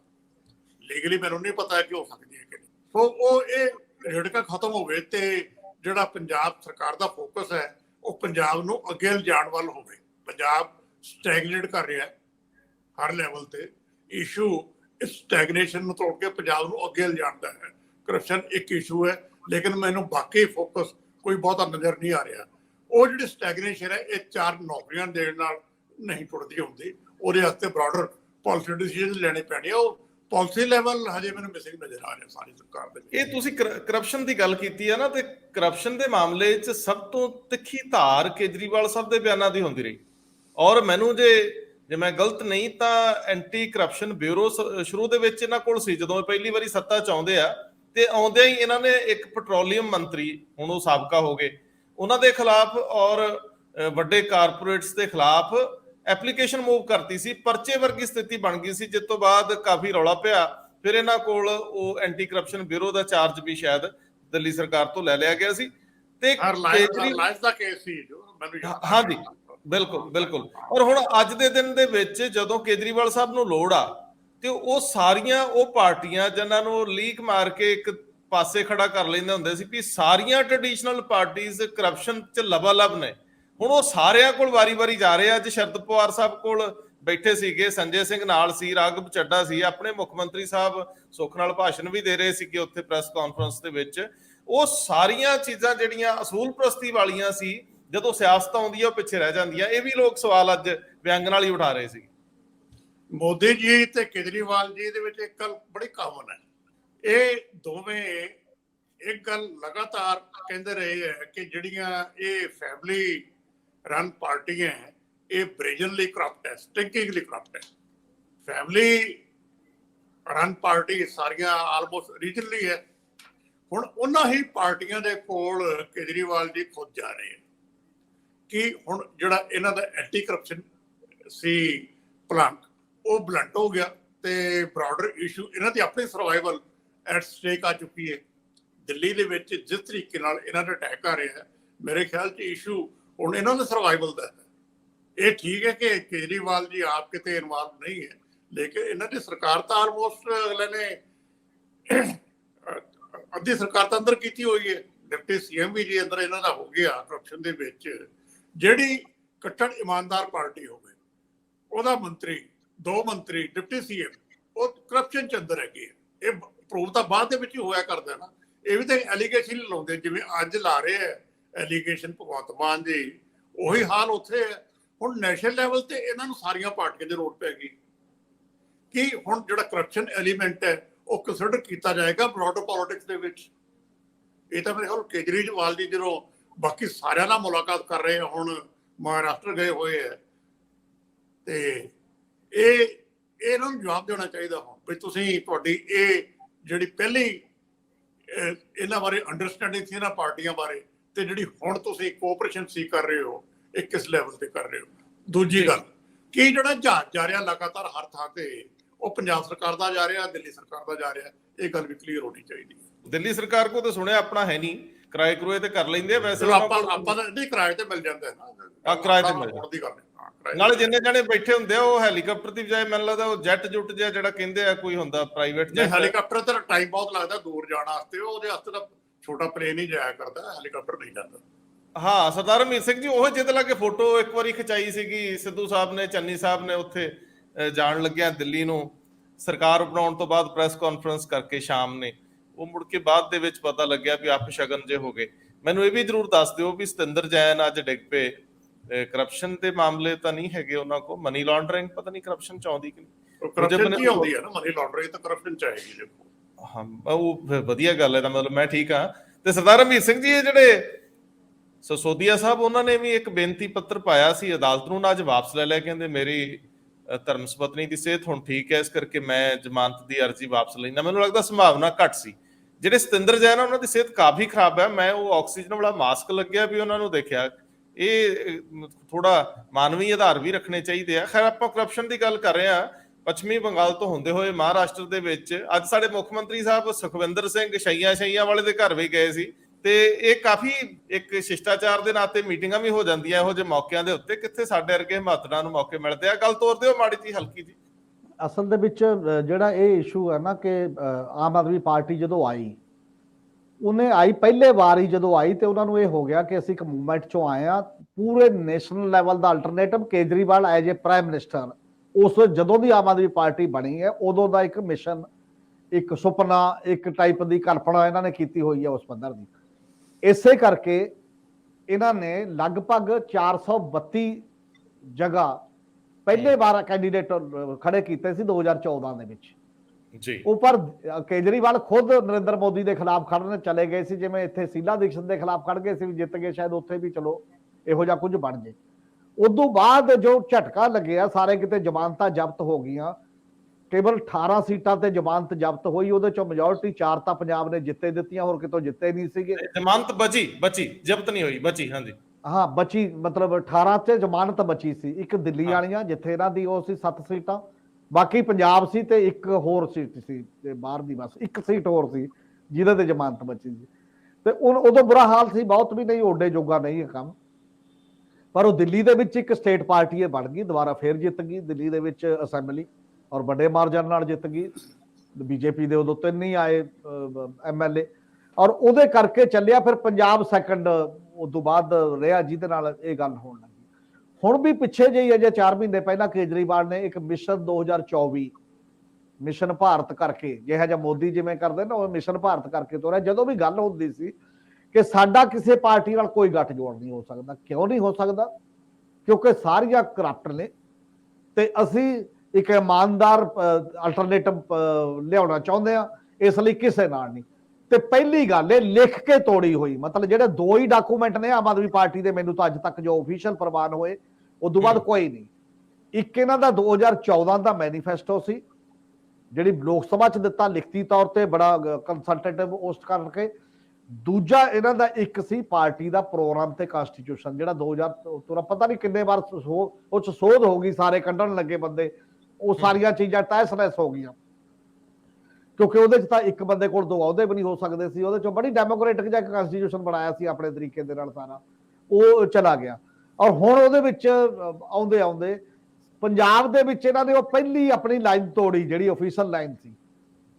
ਜਦੋਂ ਲੋਕ ਇਨਸਾਫ ਪਾਰਟੀ ਨਾਲ, ਚਾਹੇ ਉਹਨਾਂ ਨੂੰ ਸੀਟਾਂ 5 ਹੀ ਦਿੱਤੀਆਂ ਸੀ, 2017 ਚ ਇੱਕ ਐਗਰੀਮੈਂਟ ਕੀਤਾ, ਇੱਕ ਅਲਾਇੰਸ ਕੀਤਾ ਉਸ ਲੈਵਲ ਦੇ ਉੱਤੇ ਆ ਕੇ ਕਿ ਹਾਂਜੀ ਉਹਦੇ ਨਾਲ ਚੱਲੇਗੀ, ਤੇ ਇਦੋਂ ਬਾਅਦ ਫਿਰ ਉਹ ਲਾਈਨ ਫੜ ਲਈ ਕਿ ਆਪਾਂ ਕਿਤੇ ਨਹੀਂ ਕਰਨਾ, ਕਿਸੇ ਨਾਲ ਨਹੀਂ ਕਰਨਾ। ਪਰ ਹੁਣ ਜਿਹੜਾ ਇੱਕ ਮੁੱਦਾ ਆ ਗਿਆ ਤੁਹਾਡੇ ਸਾਹਮਣੇ, ਜਿਹੜਾ ਬੜਾ ਟਕਰਾਅ ਦਾ ਮੁੱਦਾ, ਜਿਹੜਾ ਤੁਹਾਡੀਆਂ ਪਾਵਰ 'ਚ ਲੈ ਗਿਆ, ਮੁੱਦਾ ਵਾਜਬ ਹੈ, ਉਹ ਮੁੱਦੇ 'ਚ ਕੋਈ ਗੱਲ ਨਹੀਂ, ਗਵਰਨਮੈਂਟ ਆਫ ਇੰਡੀਆ ਗਲਤ ਕਰ ਰਹੀ ਹੈ, ਇਲੈਕਟਡ ਗਵਰਨਮੈਂਟ ਦੇ ਰਾਈਟਸ ਲੈਣਾ ਕੋਈ ਚੰਗੀ ਗੱਲ ਨਹੀਂ ਹੈ, ਔਰ ਬਲਕਿ ਸਟੇਟਾਂ ਨੂੰ ਹੋਰ ਅਧਿਕਾਰ ਦੇਣੇ ਚਾਹੀਦੇ ਨੇ ਇਹਦੀ ਬਜਾਏ। ਮੁੱਦੇ ਦੀ ਗੱਲ ਨਹੀਂ ਹੈ ਇਕੱਲੀ ਕਿ ਮੁੱਦਾ ਨਾ ਪੱਖੀ ਹੈ, ਉਹ ਮੁੱਦਾ ਠੀਕ ਹੈ, ਪਰ ਜਦ ਪਿਕ ਐਂਡ ਚੂਜ਼ ਹੋਊਗੀ, ਜਦ ਤੁਹਾਨੂੰ ਪਾਰਲੀਮੈਂਟ 'ਚ ਇਹ ਕਿਹਾ ਜਾਏਗਾ ਜਾਂਦਾ ਕਿ ਤੁਸੀਂ ਵੋਟ NRC ਤੇ ਕਿੱਧਰ ਪਾਓਗੇ, ਜਿਹੜਾ ਉੱਥੇ ਅੰਦੋਲਨ ਚੱਲ ਰਿਹਾ ਹੈ ਸ਼ਹੀਨ ਬਾਗ ਦਾ, ਉਧਰ ਕਿੱਧਰ ਖੜੋਗੇ, ਜਿਹੜੇ ਬੁੱਧੀਜੀਵੀ ਅੰਦਰ ਬੰਦ ਨੇ, ਕਾਰਕੂਨ ਨੇ, ਉਹਨਾਂ ਤੇ ਧੱਕੇ ਨਾਲ UAPA ਬਾਕੀ ਲਾਇਆ, ਤੁਸੀਂ ਕੁਝ ਕਹਿਣਾ ਚਾਹੁੰਦੇ ਹੋ, ਉੱਥੇ ਖਾਮੋਸ਼ੀ ਹੈ ਸਾਰੇ, ਤੁਸੀਂ ਗਵਰਨਮੈਂਟ ਆਫ ਇੰਡੀਆ ਨਾਲ ਹੀ ਖੜਦੇ ਹੋ ਜਾ ਕੇ ਉਹ ਸਾਰੇ ਮਾਮਲਿਆਂ ਦੇ। ਜਾਂ ਤਾਂ ਜਸਟਿਸ ਬੇਸਡ ਸਟੈਂਡ ਲੈਣਾ ਹੁੰਦਾ, ਉਹਦੇ ਤੇ ਜਿਹੜਾ ਬੰਦਾ ਉਸ ਮੁੱਦੇ ਤੇ ਸਟੈਂਡ ਕਰਦਾ ਉਹਦੇ ਨਾਲ ਅਲਾਇੰਸ ਵੀ ਕਰਨਾ, ਉਹਦੇ ਤੇ ਮੁੱਦੇ ਤੇ ਵੀ ਸਹਿਮਤੀ ਕਰਨੀ ਹੈ, ਪਰ ਤੁਸੀਂ ਉਹ ਪੋਲਿਟਿਕਸ ਨਹੀਂ ਕਰਦੇ ਦਿਖ ਰਹੇ, ਇਸ ਕਰਕੇ ਤੁਹਾਡੇ ਤੇ ਸਵਾਲ ਉੱਠ ਰਹੇ ਨੇ, ਨਹੀਂ ਤਾਂ ਸਵਾਲ ਉਠਾਉਣ ਦੀ ਕੋਈ ਲੋੜ ਨਹੀਂ ਹੈ। ਇਸੇ ਕਰਕੇ ਦਰ ਜਾ ਰਹੇ ਨੇ ਸਾਰੇ ਕਿਤੇ ਜਾ ਕੇ ਕੱਲੇ ਕੱਲੇ ਨਾਲ, ਕਿ ਹੁਣ ਤੁਸੀਂ ਰਾਜ ਸਭਾ ਦੇ ਵਿੱਚ ਘੱਟੋ ਘੱਟ ਸਾਡੀ ਬਚਤ ਜ਼ਰੂਰ ਕਰੋ। ਤਾਂ ਕੱਲੀ ਉਹਦੀ ਬਚਤ ਨਹੀਂ, ਜਦੋਂ ਮਮਤਾ ਲੜ ਰਹੀ ਸੀ ਭਾਈ ਸਾਹਿਬ, ਉੱਥੇ ਵੀ ਤੁਹਾਨੂੰ ਉਵੇਂ ਹੀ ਕਰਨਾ ਚਾਹੀਦਾ ਸੀ। ਜਦੋਂ ਕੋਈ DMK ਆਪਦਾ ਇਸ਼ੂ ਉਠਾਉਂਦੀ ਹੈ, ਉਦੋਂ ਵੀ ਤੁਹਾਨੂੰ ਉਹੀ ਕਰਨਾ ਚਾਹੀਦਾ ਸੀ। ਜਦੋਂ ਕੋਈ ਹੋਰ ਉਠਾਉਂਦੇ ਨੇ ਬਾਕੀ ਦੇ ਮੁੱਦੇ, ਉਦੋਂ ਵੀ ਉਹ ਉਠਾਉਣਾ ਚਾਹੀਦਾ ਹੈ। ਔਰ ਜਦੋਂ ਪੰਜਾਬ ਬੰਦੀ ਸਿੰਘਾਂ ਤੋਂ ਲੈ ਕੇ ਵੱਖ-ਵੱਖ ਇਸ਼ੂ ਉਠਾ ਰਿਹਾ, ਉਦੋਂ ਵੀ ਸਟੈਂਡ ਉਹ ਜਿਹਾ ਲਓ ਜਿਹੜਾ ਬਾਕੀ ਦੀ ਲੈਣ ਦੀ ਲੋੜ ਪੈਂਦੀ ਹੈ ਪੰਜਾਬ ਦੇ ਹਿੱਤਾਂ ਦੇ ਵਿੱਚ। ਇਸ ਲਈ ਆਪਣੇ ਇਕੱਲੇ ਪਾਵਰ ਦੇ ਹਿੱਤ ਨਹੀਂ, ਓਵਰਆਲ ਸੋਸਾਇਟੀ ਦੇ ਜਾਂ ਦੇਸ਼ ਦੇ ਜਾਂ ਸਟੇਟ ਦੇ ਹਿੱਤ ਜਿਹੜੇ ਨੇ, ਜੇ ਤੁਸੀਂ ਉਹ ਲਾਈਨ ਲਾਓਗੇ, ਔਰ ਤੁਸੀਂ ਕਰ ਸਕਦੇ ਹੋ ਕਿਸੇ ਨਾਲ ਕਿਤੇ ਅਲਾਇੰਸ ਹੁੰਦਾ, ਕਿਸੇ ਸਟੇਟ 'ਚ ਕਿਸੇ ਨਹੀਂ ਹੁੰਦਾ, ਉਹ ਹਰ ਇੱਕ ਦੀ ਆਪਣੀ ਪੋਲਿਟਿਕਸ ਹੈ, ਪਰ ਪ੍ਰਿੰਸੀਪਲੀ ਜਿਹੜਾ ਵਿਰੋਧ ਕਰਦੇ ਹੋ ਨਾ ਵੀ ਅਸੀਂ ਕਿਸੇ ਨਾਲ ਨਹੀਂ ਕਰਨਾ, ਜੇ ਉਹ ਲੋੜ ਟਾਈਮ ਤੇ ਟੁੱਟਦਾ ਤਾਂ ਉਹਨੂੰ ਮੌਕਾ ਪ੍ਰਸਤੀ ਮੰਨਿਆ ਜਾਂਦਾ, ਉਹਨੂੰ ਅਸੂਲਣ ਨਹੀਂ ਮੰਨਿਆ ਜਾਂਦਾ। ਤੁਸੀਂ ਠੀਕ ਕਹਿ ਰਹੇ ਹੋ, ਪਰ ਸਿਆਸਤ ਦੇ ਵਿੱਚ ਬਹੁਤੇ ਅਸੂਲ ਜਿਹੜੇ ਆ ਉਹ ਬੰਦੇ ਨੂੰ ਅੱਗੇ ਵਧਣ ਨਹੀਂ ਦਿੰਦੇ। ਮੈਨੂੰ ਲੱਗਦਾ ਇਹ ਤਾਂ ਛਾਲਾ ਮਾਰ ਕੇ ਚੜ੍ਹਨਾ ਚਾਹੁੰਦੇ ਆ ਵੱਡੀ ਕੁਰਸੀ ਤੇ, ਇਸ ਕਰਕੇ ਤੋੜ ਤਾੜ ਲੈਣਗੇ, ਕੋਈ ਨਹੀਂ, ਫਿਰ ਕੀ ਹੋਇਆ ਜੀ। ਜਦੋਂ ਵੱਡੀ ਕੁਰਸੀ ਮਿਲ ਜਾਂਦੀ ਲੋਕ ਭੁੱਲ ਭੁਲਾ ਜਾਂਦੇ ਆ ਕਿ ਰਾਹ ਦੇ ਵਿੱਚ ਕਿੱਥੇ ਕਿੱਥੇ ਖਲੋਤੇ ਸੀ, ਕਿਹੜੇ ਇਹਨਾਂ ਦੇ ਦਾਅਵੇ ਸੀ, ਕਿੱਥੇ ਕਿੱਥੇ ਇਹਨਾਂ ਨੇ ਆਪਣੇ ਆਪ ਬਦਲਿਆ। ਸਰਦਾਰ ਜਗਤਾਰ ਸਿੰਘ ਜੀ, ਜਿਹੜੀ ਦੇਸ਼ ਦੀ ਪਾਰਲੀਮੈਂਟ ਨਵੀਂ ਬਣ ਰਹੀ ਹੈ, ਉਹਦੇ ਸੰਦਰਭ ਦੇ ਵਿੱਚ ਕਾਫੀ ਵਿਵਾਦ ਹੈ, ਔਰ ਬਹੁਤ ਸਾਰੀਆਂ ਪਾਰਟੀਆਂ ਇਸ ਕਰਕੇ ਨਹੀਂ ਜਾ ਰਹੀਆਂ ਕਿ ਦੇਸ਼ ਦੇ ਸੰਵਿਧਾਨਕ ਮੁਖੀ ਰਾਸ਼ਟਰਪਤੀ ਨੂੰ ਉਹਨੂੰ ਇਨੈਗੋਰੇਟ ਕਰਨਾ ਚਾਹੀਦਾ, ਉਦਘਾਟਨ ਉਹਦਾ ਰਾਸ਼ਟਰਪਤੀ ਕਰਨ, ਕਿਉਂਕਿ ਰਾਸ਼ਟਰਪਤੀ ਹੀ ਜਦੋਂ ਕੋਈ ਸੈਸ਼ਨ ਸ਼ੁਰੂ ਹੁੰਦਾ ਤੇ ਉਹ ਸਦਨ ਨੂੰ ਪਹਿਲੇ ਸੰਬੋਧਨ ਨਾਲ ਤੋਰਦੇ ਆ ਕਿ। ਖੈਰ, ਹੁਣ ਇਹ ਮਾਮਲਾ ਚਲੇ ਗਿਆ ਸੁਪਰੀਮ ਕੋਰਟ 'ਚ, ਇੱਕ ਐਡਵੋਕੇਟ ਲੈ ਗਿਆ। ਇਹਦੇ ਉੱਤੇ ਕੀ ਹੁੰਦਾ ਕਿ ਇਹ ਅਧਿਕਾਰ ਖੇਤਰ, ਅਖਤਿਆਰ ਖੇਤਰ ਹੈ ਸੁਪਰੀਮ ਕੋਰਟ ਦਾ ਕਿ ਇਹਨਾਂ ਮਾਮਲਿਆਂ 'ਚ ਦਖਲ ਦੇਵੇ, ਇਹ ਅਲੱਗ ਇਸ਼ੂ, ਸ਼ਾਇਦ ਇਹਦੇ ਉੱਤੇ ਚਰਚਾ ਛੇਤੀ ਹੋ ਜਾਊਗੀ। ਪਰ ਇਹ ਜਿਹੜੀ ਇਨ ਟੋਟੈਲਿਟੀ ਜਿਹੜੀ ਬਹਿਸ ਚੱਲ ਰਹੀ ਹੈ, ਡਿਬੇਟ ਹੈ ਇਸ ਇਨੈਗੋਰੇਸ਼ਨ ਨੂੰ ਲੈ ਕੇ, ਇਹਦੇ ਉੱਤੇ ਤੁਹਾਡੀ ਟਿੱਪਣੀ ਮੈਂ ਚਾਹੂੰਗਾ ਸਰਦਾਰ ਮੀਰ ਸਿੰਘ ਗਣਕ ਚੱਲ। ਇਹ ਆਪਣੇ ਸੁਪਰੀਮ ਕੋਰਟ ਦਾ ਅਧਿਕਾਰ ਖੇਤਰ ਹੈ ਜਾਂ ਨਹੀਂ, ਇਹ ਤਾਂ ਟੈਕਨੀਕਲ ਇਸ਼ੂ ਹੈ, ਤਾਂ ਵਕੀਲ ਡੀਲ ਕਰਦੇ ਆ, ਸੋ ਆਪਾਂ ਉਹਦੇ ਬਾਰੇ ਗੱਲ ਨਹੀਂ ਕਰਦੇ। ਲੇਕਿਨ ਜਿਹੜੀ ਕੰਟਰੋਵਰਸੀ ਹੈ, ਮੈਂ 2 ਐਸਪੈਕਟ ਇਹਦੇ ਲਾਉਂਗਾ। ਪਹਿਲਾ ਕਿ ਇਹਦੀ ਇਨੋਗ੍ਰੇਸ਼ਨ ਕਿਸ ਲੈਵਲ ਤੇ ਹੋਣੀ ਚਾਹੀਦੀ ਹੈ। ਮੋਦੀ ਜੀ ਪਤਾ ਹੈ ਲਗਾਤਾਰ ਉਹਨਾਂ ਦੀ ਇੱਕ ਪਰਸਨੈਲਿਟੀ ਬਿਲਡਿੰਗ, ਸਾਲਾਬੰਦੀ ਇੱਕ ਡਿਜ਼ਾਈਨ ਜਿਹੜਾ ਬਣਿਆ ਉਹਦੇ ਵਿੱਚ ਹੋ ਰਹੀ ਹੈ। ਇਹ ਵੀ ਨਵੀਂ ਬਿਲਡਿੰਗ, ਉਹਦੀ ਇਨੋਗ੍ਰੇਸ਼ਨ ਉਹਦਾ ਹੀ ਪਾਰਟ ਹੈ ਅੱਗੇ, ਕਿ ਉਹ ਇੱਕ ਵੱਡੀ ਆਈਡੀਓਲੋਜੀ ਉਹਦੇ ਪਿੱਛੇ ਕੰਮ ਕਰ ਰਹੀ ਹੈ। ਇਹ ਗੱਲ ਇੱਕ ਸਿਰਫ ਛੋਟੀ ਜਿਹੀ ਨਹੀਂ ਹੈ ਕਿ ਮੋਦੀ ਜੀ ਉਹਨੂੰ ਇਨੋਗ੍ਰੇਟ ਕਰ ਰਹੇ ਹੈ। ਇਹ ਜਿਹੜਾ ਬਰਾਡਰ ਡਿਜ਼ਾਈਨ ਹੈ ਹਿੰਦੂਤਵਾ ਦਾ, ਉਹਦਾ ਹੀ ਅੱਗੇ ਉਹਦਾ ਬਰੀਕੀ ਜੇ ਆਪਾਂ ਦੇਖੀਏ ਉਸ ਪਾਸੇ ਬਿਲਡ ਸਾਰਾ ਇਹ ਨੈਰੇਟਿਵ ਬਿਲਡ ਕੀਤਾ ਜਾ ਰਿਹਾ ਹੈ। ਪ੍ਰੈਜ਼ੀਡੈਂਟ ਆਫ ਇੰਡੀਆ ਜਿਹੜੀ ਪਾਰਲੀਮੈਂਟ ਸਮਨ ਹੁੰਦੀ ਹੈ, ਉਹ ਸਿਰਫ ਪ੍ਰੈਜ਼ੀਡੈਂਟ ਆਫ ਇੰਡੀਆ ਕਰ ਸਕਦਾ ਹੈ। ਇਹ ਕੰਸਟੀਟਿਊਸ਼ਨ ਹੈ। ਜੇ ਸਮਨ ਪ੍ਰੈਜ਼ੀਡੈਂਟ ਆਫ ਇੰਡੀਆ ਕਰ ਸਕਦਾ ਹੈ ਤੇ ਮੇਰੇ ਖਿਆਲ ਦੇ ਵਿੱਚ ਇਹ ਬੜੀ ਨਾਰਮਲ ਜੀ ਗੱਲ ਹੈ ਕਿ ਜੇ ਨਵੀਂ ਬਿਲਡਿੰਗ ਬਣੀ ਹੈ ਪਾਰਲੀਮੈਂਟ ਦੀ, ਉਹਦੀ ਇਨਾਗਰੇਸ਼ਨ ਵੀ ਪ੍ਰੈਜ਼ੀਡੈਂਟ ਆਫ ਇੰਡੀਆ ਹੀ ਕਰੇ। ਮੈਂ ਬਿਲਕੁਲ ਇੱਕ ਰਿਸਟ੍ਰਿਕਟ ਲੌਜਿਕ ਜਾਂ ਸਿੰਪਲ ਲੌਜਿਕ ਦੀ ਗੱਲ ਕਰ ਰਿਹਾ, ਬਰੀਕੀ ਦੀ ਗੱਲ ਨਹੀਂ ਕਰ ਰਿਹਾ, ਨਾ ਸਿਆਸਤ ਦੀ ਗੱਲ ਕਰ ਰਿਹਾ। ਇੱਕ ਜਿਹੜਾ ਲੈਵਲ ਹੈ ਉਹ ਇਹ ਹੈ। ਇਹਦੇ ਚ ਤਾਂ ਹੁਣ ਪਤਾ ਲੱਗਾ ਕਿ ਪ੍ਰੈਜ਼ੀਡੈਂਟ ਨੂੰ ਇਨਵਾਈਟ ਹੀ ਨਹੀਂ ਕੀਤਾ ਗਿਆ। ਪ੍ਰੈਜ਼ੀਡੈਂਟ ਸਮਨ ਕਰਦਾ ਹੈ ਬਜਟ ਸੈਸ਼ਨ, ਸਾਲ ਦਾ ਜਿਹੜਾ ਪਹਿਲਾ ਸੈਸ਼ਨ ਹੁੰਦਾ ਹੈ ਉਹ ਪ੍ਰੈਜ਼ੀਡੈਂਟ ਆਫ ਇੰਡੀਆ ਸਮਨ ਕਰਦਾ ਹੈ, ਉਹਨੂੰ ਐਡਰੈਸ ਕਰਦਾ ਹੈ। ਜਿਹੜਾ ਪ੍ਰੈਜ਼ੀਡੈਂਟ ਦਾ ਐਡਰੈਸ ਹੈ ਉਹ ਸਰਕਾਰ ਦੀ ਪਾਲਿਸੀ ਸਟੇਟਮੈਂਟ ਹੁੰਦੀ ਹੈ, ਲੈਵਲ ਉਹ ਹੈ। ਬਾਕੀ ਸਾਰਾ ਸਾਲ ਉਹਦੇ ਇਰਦ ਗਿਰਦ ਸਰਕਾਰ ਚੱਲਦੀ ਹੈ। ਜੇ ਪ੍ਰੈਜ਼ੀਡੈਂਟ ਨੂੰ ਪਾਸੇ ਰੱਖਿਆ ਹੈ ਤੇ ਇਹਦੇ ਜਿਹੜੇ ਰੈਪਰਕਸ਼ਨ ਹੈ ਇਸ ਸਿਸਟਮ ਨੂੰ ਬ੍ਰੇਕ ਕਰਨ ਦੇ, ਉਹ ਬੜੀ ਦੂਰ ਤੱਕ ਜਾਣੇ ਹੈ। ਅਲਟੀਮੇਟਲੀ ਇੱਕ ਇੰਡੀਕੇਸ਼ਨ ਹੈ ਕਿ ਅਸੀਂ ਆਪਣਾ ਜਿਹੜਾ ਸਿਸਟਮ ਕੰਸਟੀਟਿਊਸ਼ਨਲ ਹੈ ਉਹਨੂੰ ਕਿਸ ਪਾਸੇ ਲੈ ਕੇ ਜਾ ਰਹੇ ਹਾਂ ਜੀ ਸਰਕਾਰ ਲੈਵਲ ਤੇ। ਦੂਜੀ ਨੇ ਮੈਂ ਨਾਲ ਹੋਰ ਅੱਗੇ ਕਰਦੇ ਜੀ, ਮੈਨੂੰ ਇਹ ਗੱਲ ਹੋਰ ਨਹੀਂ ਸਮਝ ਆਉਂਦੀ। ਬ੍ਰਿਟਿਸ਼ ਪਾਰਲੀਮੈਂਟ ਇਸ mother of parliaments in the world, ਇਹ ਕਿਹਾ ਜਾਂਦਾ ਹੈ। ਬ੍ਰਿਟਿਸ਼ ਡੈਮੋਕ੍ਰੇਸੀ ਮਦਰ ਡੈਮੋਕ੍ਰੇਸੀ ਕਿਹੜੀ ਜਾਂਦੀ ਹੈ। ਉਹਨਾਂ ਦਾ ਬੜਾ ਪੁਰਾਣਾ ਚੈਂਬਰ ਹੈ ਜਿਹੜੀ ਪਾਰਲੀਮੈਂਟ ਬਿਲਡਿੰਗ ਹੈ ਵੈਸਟਮਿੰਸਟਰ ਉਹਨਾਂ ਦੀ। ਤੇ ਜਦੋਂ ਨਾਰਮਲ ਆਪਾਂ ਉਹਨਾਂ ਦੇ ਦੇਖਦੇ ਆ ਪ੍ਰੋਸੀਡਿੰਗ ਚੱਲ ਰਹੀਆਂ ਹੁੰਦੀਆਂ, ਉਹਨਾਂ ਦੇ PM ਵੀ ਤੇ ਲੀਡਰਾਂ ਦੀ ਆਪੋਜੀਸ਼ਨ ਵੀ ਫਸ ਕੇ ਵਿੱਚ ਬੈਠੇ ਹੁੰਦੇ ਆ। ਔਰ ਜੇ ਸਾਰੇ ਮੈਂਬਰ ਪਾਰਲੀਮੈਂਟ ਦੇ ਆ ਜਾਣ, ਉੱਥੇ ਬੈਠਣ ਨੂੰ ਜਗ੍ਹਾ ਨਹੀਂ ਹੁੰਦੀ। ਉਹ ਉਸੇ ਹਾਊਸ ਨੂੰ ਹੁਣ ਤੱਕ ਚਲਾਈ ਜਾ ਰਹੇ ਜੀ। ਸਾਡੀ ਐਡੀ ਮਜਬੂਰੀ ਕੀ ਸੀਗੀ, ਕਹਿੰਦੇ ਵੀ ਸਾਡੀ ਬਿਲਡਿੰਗ ਪੁਰਾਣੀ ਹੋਊਗੀ। ਕੀ ਇਹ ਬਿਲਡਿੰਗ ਬ੍ਰਿਟਿਸ਼ ਪਾਰਲੀਮੈਂਟ ਤੋਂ ਪੁਰਾਣੀ ਹੈ ਬਿਲਡਿੰਗ ਹੈ? ਉਹ ਸੈਂਕੜੇ ਸਾਲ ਦੀਆਂ ਜਿਹੜੀਆਂ ਉਹਨਾਂ ਦੀ ਬਿਲਡਿੰਗਸ ਹੈ, ਸਾਡੇ ਆਕਸਫੋਰਡ, ਉਹ ਮੇਨਟੇਨ ਕਰਕੇ ਆਪਣੀ ਲੈਗੇਸੀ ਨੂੰ ਅੱਗੇ ਵਧਾ ਰਹੇ ਆ, ਹੈਰੀਟੇਜ ਨੂੰ ਉਹ ਨਾਲ ਲੈ ਕੇ ਚੱਲਦੇ ਆ। ਅਸੀਂ ਸਾਰੀ ਹੈਰੀਟੇਜ ਦੀ ਸਫਾਈ ਹੀ ਕਰਦੇ ਜਾ ਰਹੇ ਹਾਂ ਲਗਾਤਾਰ ਹੀ। ਇਹਦੇ ਪਿੱਛੇ ਡਿਜ਼ਾਈਨ ਕੀ ਹੈ? ਉਹਦੀ ਸਫਾਈ ਕਰਨ ਦੀ ਬੇਸਿਕ ਇਸ਼ੂ ਹੈ। ਬਿਲਕੁਲ, ਇਹ ਕਾਫੀ ਅਹਿਮ ਇਸ਼ੂ ਆ। ਵੈਸੇ ਸਰਦਾਰ ਹਰਮੀਤ ਸਿੰਘ ਜੀ, ਸਾਰੇ ਪਾਸਿਓਂ ਆਵਾਜ਼ ਉੱਠ ਰਹੀ ਸੀਗੀ ਕਿ ਰਾਸ਼ਟਰਪਤੀ ਨੂੰ ਸੱਦਣਾ ਚਾਹੀਦਾ ਸੀ, ਆਖਿਆ ਇਨਵਾਈਟ ਨਹੀਂ ਕੀਤਾ। ਜੇ ਰਾਸ਼ਟਰਪਤੀ ਇਨਵਾਈਟ ਕਰ ਲਏ ਜਾਂਦੇ, ਉਹਨਾਂ ਨੇ ਆਉਣਾ ਹੀ ਸੀ, ਫਿਰ ਕੁਦਰਤੀ ਤੌਰ ਤੇ ਉਹਨਾਂ ਨੇ ਹੀ ਇਨੈਗੋਰੇਟ ਕਰਨਾ ਸੀ। ਪ੍ਰਧਾਨ ਮੰਤਰੀ ਸਾਹਿਬ ਨੂੰ ਉਹਨਾਂ ਨੂੰ ਸਕਾਟ ਕਰਨਾ ਪੈਣਾ ਸੀ, ਉਹਨਾਂ ਦੀ ਕਾਰ ਤੋਂ ਲੈ ਕੇ ਮੇਨ ਸੀਟ ਤੱਕ ਲਿਆਉਣਾ ਪੈਣਾ ਸੀ। ਉਹਨਾਂ ਦੇ ਹੁੰਦਿਆਂ ਪ੍ਰਧਾਨ ਮੰਤਰੀ ਕਿਵੇਂ ਉਹ ਫੀਤਾ ਕੱਟਦੇ ਜਾਂ ਉਹ ਬਟਨ ਦਬਾਉਂਦੇ, ਜੋ ਵੀ ਪਰਦਾ ਪਾਸੇ ਕਰਨ ਵਾਲਾ ਹੋਊਗਾ ਜੀ। ਸੋ ਮੈਨੂੰ ਲੱਗਦਾ ਕਿ ਇਹ ਸੰਕਟ ਤੋਂ ਬਚਣ ਲਈ ਰਾਸ਼ਟਰਪਤੀ ਲਈ ਕੋਈ ਖਾਸ ਦਿਨ ਰੱਖਿਆ ਜਾਊਗਾ। ਮੈਨੂੰ ਲੱਗਦਾ ਇੱਕ ਹੋ ਸਕਦਾ ਇੱਕ ਦਿਨ ਕੋਈ ਸਭਾ ਰੱਖ ਲਈ ਜਾਵੇ ਔਰ ਦੋਵੇਂ ਸਦਨ ਜਿਹੜੇ ਰਾਜ ਸਭਾ ਤੇ ਲੋਕ ਸਭਾ ਤੇ ਇਕੱਠੇ ਬੁਲਾਏ ਜਾਣ, ਜਿਹਨੂੰ ਰਾਸ਼ਟਰਪਤੀ ਤੋਂ ਸੰਬੋਧਿਤ ਕਰਾਇਆ ਜਾਵੇ। ਇਹ ਇੱਕ ਵੱਖਰਾ ਇਵੈਂਟ ਹੋ ਸਕਦਾ। ਮੇਰੇ ਖਿਆਲ ਬੀਜੇਪੀ ਕੋਈ ਏਦਾਂ ਦਾ ਐਲਾਨ ਵੀ ਕਰ ਸਕਦੀ ਹੈ ਅਗਲੇ ਦਿਨਾਂ 'ਚ, ਜਾਂ ਕੇਂਦਰੀ ਸੱਤਾ ਕੀ ਕਹਿੰਦੇ? ਨਹੀਂ, ਉਹ ਤਾਂ ਰਾਸ਼ਟਰਪਤੀ ਨੇ ਦੋਨਾਂ ਸਦਨਾਂ ਨੂੰ ਸੰਬੋਧਨ ਕਰਨਾ ਹੀ ਹੁੰਦਾ ਜਦੋਂ ਵੀ ਸੈਸ਼ਨ ਜੁੜਦੇ ਨੇ। ਸਭ ਤੋਂ ਪਹਿਲਾਂ ਹਰ ਵਾਰ ਉਹ ਰੂਟੀਨ ਹੈ ਇੱਕ, ਹਰ ਸਾਲ ਲਈ ਜਦੋਂ ਸੈਸ਼ਨ ਜੁੜਦੇ ਨੇ ਉਹ ਦੋਨਾਂ ਸਦਨਾਂ ਨੂੰ ਇਕੱਠਾ ਹੀ ਸੰਬੋਧਨ ਕਰਦੇ ਨੇ ਜਦੋਂ ਵੀ ਉੱਥੇ ਹੁੰਦਾ। ਪਰ ਨਾਲ ਦੀ ਨਾਲ ਇੱਕ ਗੱਲ ਇਹ ਹੈ ਕਿ ਜਿਹੜਾ ਇਹ ਬਣ ਰਿਹਾ ਹੈ ਮਤਲਬ ਪਾਰਲੀਮੈਂਟ ਦੀ ਨਿਊ ਬਿਲਡਿੰਗ, ਇਹ ਤੇ ਸ਼ੁਰੂ ਤੋਂ ਲੈ ਕੇ ਟਕਰਾਏ ਆਪੋਜੀਸ਼ਨ ਤੇ ਰੂਲਿੰਗ ਧਿਰ ਦੇ ਵਿੱਚ। ਜਦੋਂ ਕਰੋਨਾ ਸੀ ਉਦੋਂ ਇਹ ਸਟਾਰਟ ਕੀਤਾ ਤੇ ਕਰੋਨਾ ਦੇ ਦੌਰ 'ਚ ਉਹ ਕਹਿ ਰਹੇ ਸੀ ਕਿ ਸਾਡੇ ਕੋਲ ਟੀਕਾ ਨਹੀਂ, ਸਾਡੇ ਕੋਲ ਲੋਕਾਂ ਨੂੰ ਰੋਟੀ ਦੇਣ ਲਈ ਨਹੀਂ, ਸਾਡੇ ਕੋਲ ਬਾਕੀ ਚੀਜ਼ਾਂ ਨਹੀਂ, ਤੁਸੀਂ 20,000 ਕਰੋੜ ਰੁਪਈਆ ਕਿੱਥੋਂ ਖਰਚੋਗੇ ਤੁਰੰਤ। ਇਹ ਲੌਜਿਕ ਉਦੋਂ ਆ ਰਿਹਾ ਸੀ। ਔਰ ਫਿਰ ਨਾਲ ਦੂਜੀ ਕੰਟਰੋਵਰਸੀ ਉਦੋਂ ਇਹ ਸੀ ਕਿ ਕਰੋਨਾ 'ਚ ਇੱਕ ਪਾਸੇ ਤੁਸੀਂ ਮਜ਼ਦੂਰ ਬੰਦ ਕਰਤੇ ਤੇ ਇੱਥੇ ਕੰਮ ਚੱਲ ਰਿਹਾ ਸਾਰਾ, ਇਹਨਾਂ ਨੂੰ ਕਰੋਨਾ ਨਹੀਂ, ਇਹਨਾਂ ਤੋਂ ਕਰੋਨਾ ਨਹੀਂ ਫੈਲ ਰਿਹਾ ਜਾਂ ਬਾਕੀ ਦੀਆਂ ਚੀਜ਼ਾਂ ਨਹੀਂ ਹੋ ਰਹੀਆਂ। ਇਹ ਜਿਹੜੀ ਕੰਟਰੋਵਰਸੀ ਉਦੋਂ ਤਾਂ ਇਹ ਅਸਲ ਦੇ ਵਿੱਚ ਇੱਕ ਐਟੀਟਿਊਡ ਦਾ ਕੁਐਸਚਨ ਹੈ। ਪਾਰਲੀਮੈਂਟਰੀ ਡੈਮੋਕ੍ਰੇਸੀ ਦੇ ਵਿੱਚ ਜਦੋਂ ਤੁਸੀਂ ਵਿਰੋਧੀ ਧਿਰ ਨੂੰ ਵੀ ਬਰਾਬਰ ਦੀ ਮਾਨਤਾ ਦਿੰਦੇ ਹੋ ਤਾਂ ਉਹਦੇ ਨਾਲ ਰਾਏ ਮਸ਼ਵਰਾ ਕਰਕੇ ਚੱਲਦੇ ਨੇ। ਕਹਿੰਦੇ ਨੇ ਉਹਨੂੰ ਫਲੋਰ ਮੈਨੇਜਮੈਂਟ ਕਹਿੰਦੇ ਨੇ ਕਿ ਫਲੋਰ ਤੇ ਜਾ ਕੇ ਜਿਹੜਾ ਤੁਹਾਡਾ ਪਾਰਲੀਮੈਂਟਰੀ ਅਫੇਅਰ ਮਿਨਿਸਟਰ ਹੁੰਦਾ ਹੈ ਉਹ ਸਭ ਨਾਲ ਪਹਿਲਾਂ ਤਾਲਮੇਲ ਕਰਦਾ, ਆਪਾਂ ਆਹ ਕਰਨਾ ਚਾਹੁੰਦੇ, ਆਹ ਕਰਨਾ ਚਾਹੁੰਦੇ ਆ, ਕਿਵੇਂ ਹੈ, ਇੱਕ ਮੈਨੇਜ ਕਰਕੇ ਚੱਲਦਾ, ਜਿਹਦੇ ਕਰਕੇ ਕਾਫੀ ਮੁੱਦਿਆਂ ਦੇ ਉੱਤੇ ਫਿਰ ਸਹਿਮਤੀ ਬਣੀ ਰਹਿੰਦੀ ਹੈ। ਜਿਹੜੇ ਬਖਰੇਵੇਂ ਨੇ ਉਹ ਬਖਰੇਵੇਂ ਰਹਿੰਦੇ ਨੇ, ਪਰ ਜਿਹੜੇ ਵੱਡੇ ਮੁੱਦੇ ਹੁੰਦੇ ਨੇ ਉਹਨਾਂ ਤੇ ਕਾਫੀ ਹੱਦ ਤੱਕ ਸਹਿਮਤੀ ਬਣ ਜਾਂਦੀ ਹੈ। ਔਰ ਬੀਜੇਪੀ ਤੋਂ ਬਾਅਦ ਮੇਰੇ ਖਿਆਲ ਲਗਾਤਾਰ ਇੱਕ ਅਥਾਰਟੇਰੀਅਨ ਅਪਰੋਚ ਆ ਗਈ ਹੈ। ਔਰ ਜਿਵੇਂ ਆ ਜਾਂਦੀ ਹੈ ਨਾ, ਸਾਡੇ ਵੀ ਆ ਗਈ ਹੈ। ਜਿਵੇਂ ਸਾਡੇ ਵੀ ਤਾਂ ਇੱਥੇ ਕਹਿ ਦਿੰਦੇ ਨੇ ਸਾਡੇ ਕੋਲ 92 ਨੇ, ਇਹਨਾਂ ਨੂੰ ਕੌਣ ਪੁੱਛਦਾ, ਤਾਂ ਰੱਦ ਕੀਤੇ ਹੋਏ ਨੇ।